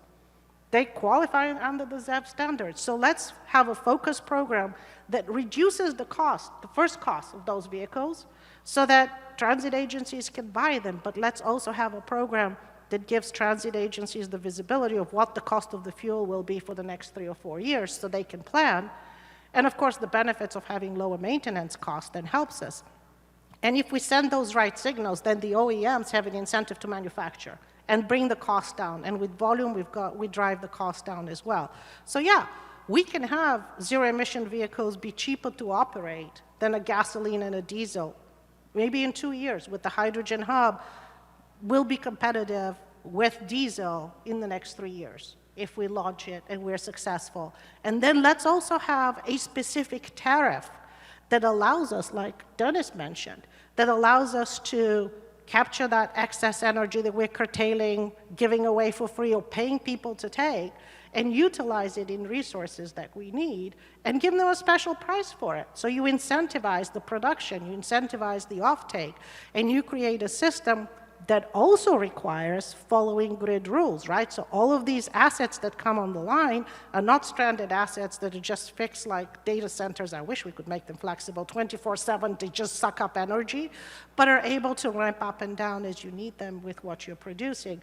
And sending that requirement then and giving them a cash incentive to do it, nothing motivates people more than money, and being able to participate in that energy environment then will allow us to optimize across the board and give everybody a little bit of an incentive to participate and be a good grid citizen and enable us to make that transition. So I would not only focus on production. I know regulatory frameworks focus on production right now, and they seem to think that that's the easiest and the lowest hanging fruit. I think we need to be focused on the end use a lot more and optimizing those end users, bringing down the cost, bringing down the fuel cost, giving special tariffs for industries that we want to incentivize. I also want to chat about costs for Southern California Edison. I mean, you have quite the process to go through with the PUC, and so what's the cost? What do you think, and how are we going to pay for all that? Yeah, if I may, I'd be remiss if I didn't talk about how we're actually enabling our customers' transition to electric vehicles, because I think it focuses on some of the concerns that folks like CTA and others brought up. So if I could, I'd like to just mention that. So we are focused on enabling our customers' transition, and we really try to help our customers deal with some of the things that Dennis mentioned, which is really the 3 barriers of affordability, availability of charging infrastructure, and awareness. So on the availability of charging infrastructure, we have a suite of charging infrastructure programs that significantly defray the cost of building out the charging infrastructure that our customers would normally have to deal with when they're making that transition to medium heavy-duty vehicles or even light-duty vehicles. And these programs are full-service offerings for our customers if they elect for us to do all of that work. So we'll do all of the utility side of the meter infrastructure work. We'll do all of the customer side of the meter infrastructure work. We'll go pull permits for our customers, and then we'll give them a rebate for them to install and maintain, to purchase, install, and maintain the charging stations themselves. So it's a tremendous offering for our customers, and we have this for light-duty vehicles and medium heavy-duty vehicles. And on the light-duty front, our goal is to support the installation of over 30,000 charging ports at public locations, community centers, civic centers, destination centers, and the program, the light-duty program, will have a tremendous focus on equity, as Dennis mentioned as well, by siting half of those charging ports in state-designated disadvantaged communities. And then it has a particular focus as well on expanding the promise of electric vehicles to people who live in apartments and condo complexes by having a target of 30% of those charging ports being located in multifamily dwellings. So, and that's just a light-duty offering. We also have a similar program for medium heavy-duty vehicles and a number of services to help enable our customers' transition, whether that's technical assistance, project management, grant writing assistance, and other rebates. This year, we will launch a drayage truck rebate for those customers who have to make the transition and comply with things like the Advanced Clean Fleets, who might not be able to shoulder the cost themselves. And we're very excited to announce too that later this year we'll launch a loan loss program for our customers as well. So we're really trying to address the challenge, not only from the availability of infrastructure, but looking at affordability. And on the awareness front, we're trying to engage customers directly, participating in events like this, engaging our fleet operators, and partnering with organizations like the CTA and the Harbor Trucking Association to host educational webinars, seminars for their members, for us to hear from them directly, and for them to have an opportunity to hear about our programs and services and ask us questions directly. And I'm very appreciative of the California Trucking Association and the Harbor Trucking Association for partnering with us to help enable their customers' transition. But the cost is going to be very high, and I think Angelina said it really well. You have to take that into consideration with what the cost of inaction is, and also just the cost of building out infrastructure. And if you're to achieve that sort of the countdown to 2045 vision that I mentioned, which is again a statewide view to decarbonize California, we believe we will need something in the order of $370 billion in incremental transmission, distribution, and utility scale clean energy projects to achieve that.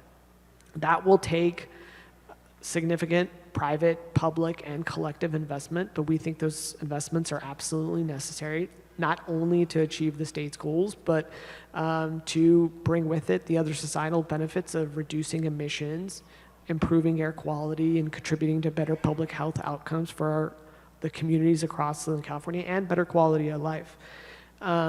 So yeah, these investments are going to be hefty, but they will also spur other economic opportunities as these types of investments normally do. No, thank you. That's a staggering number. I can't even imagine how much that is. Dennis, LADWP is responsible for providing power to provide. I'm going to just ask him one really quick question. I'm sorry for being pulled off. I think this is a really important question because we were talking about the ports, and LADWP is responsible for providing power to the ports. And we know that the port needs are going to, double, triple. What is LADWP's plan just for the ports? Great question. I think Port of Los Angeles is one of the most important assets in the city of Los Angeles. We want to ensure that they continue to compete. I was at Savannah Port in Georgia 3 months ago, and they were showing me the wonderful thing they're doing. How they're going to take business from the Port of LA. I was okay, don't push it. So what are we going to do? So we're going to invest in expanding the distribution system. I think Port of LA has two-step approach. It's a hybrid solution. They want to use electrification and hydrogen for more of the industrial part of the port. So for the electrification part, we have worked with them with EPRI. It's some kind of an agency that does research around power. So we work to understand their load. So we think we have the capacity to expand that distribution system to give them a little bit more power within the next 3-4 years. And then we have to think about what if hydrogen doesn't materialize in time for them? Do we just leave them hanging? No, we have another plan. That plan will ensure long-term approach to ensure that they have access to power if hydrogen doesn't materialize fast enough, because it's going to be costly as we go through time. So we want to ensure that they have the alternative to pivot back to electric if they want to. So our Port of LA will be fine, but one thing I want to mention is the trucking electrification. Trucking electrification is one of the most important aspects of decarbonizing the electric sector, transportation sector.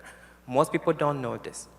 If you look at the fleet of cars, 5% of the fleet are truck, heavy-duty truck, and yet they represent 80% of NOx. We are aware of it, and that's why our community are being bombarded with NOx. People, yes, they also emit CO2. CO2 is not much, it's more of a global climate change issue, but NOx is a local issue because it has a direct impact into your community health. So what we're doing, we want to help them by accelerating trucking electrification. We're also going to have, in parallel to our EV trucking, EV hubs for medium-duty cars, we're going to have trucking electrification, Port of LA, next to the 10 freeway, and also the 5 freeway. Those are interstate, working with the federal government to ensure that they have access as they travel, as they carry goods from port to the city, through the city, they also have access to electrification of their truck. So anxiety is a problem. If you go from Los Angeles to San Francisco, would you find a charger?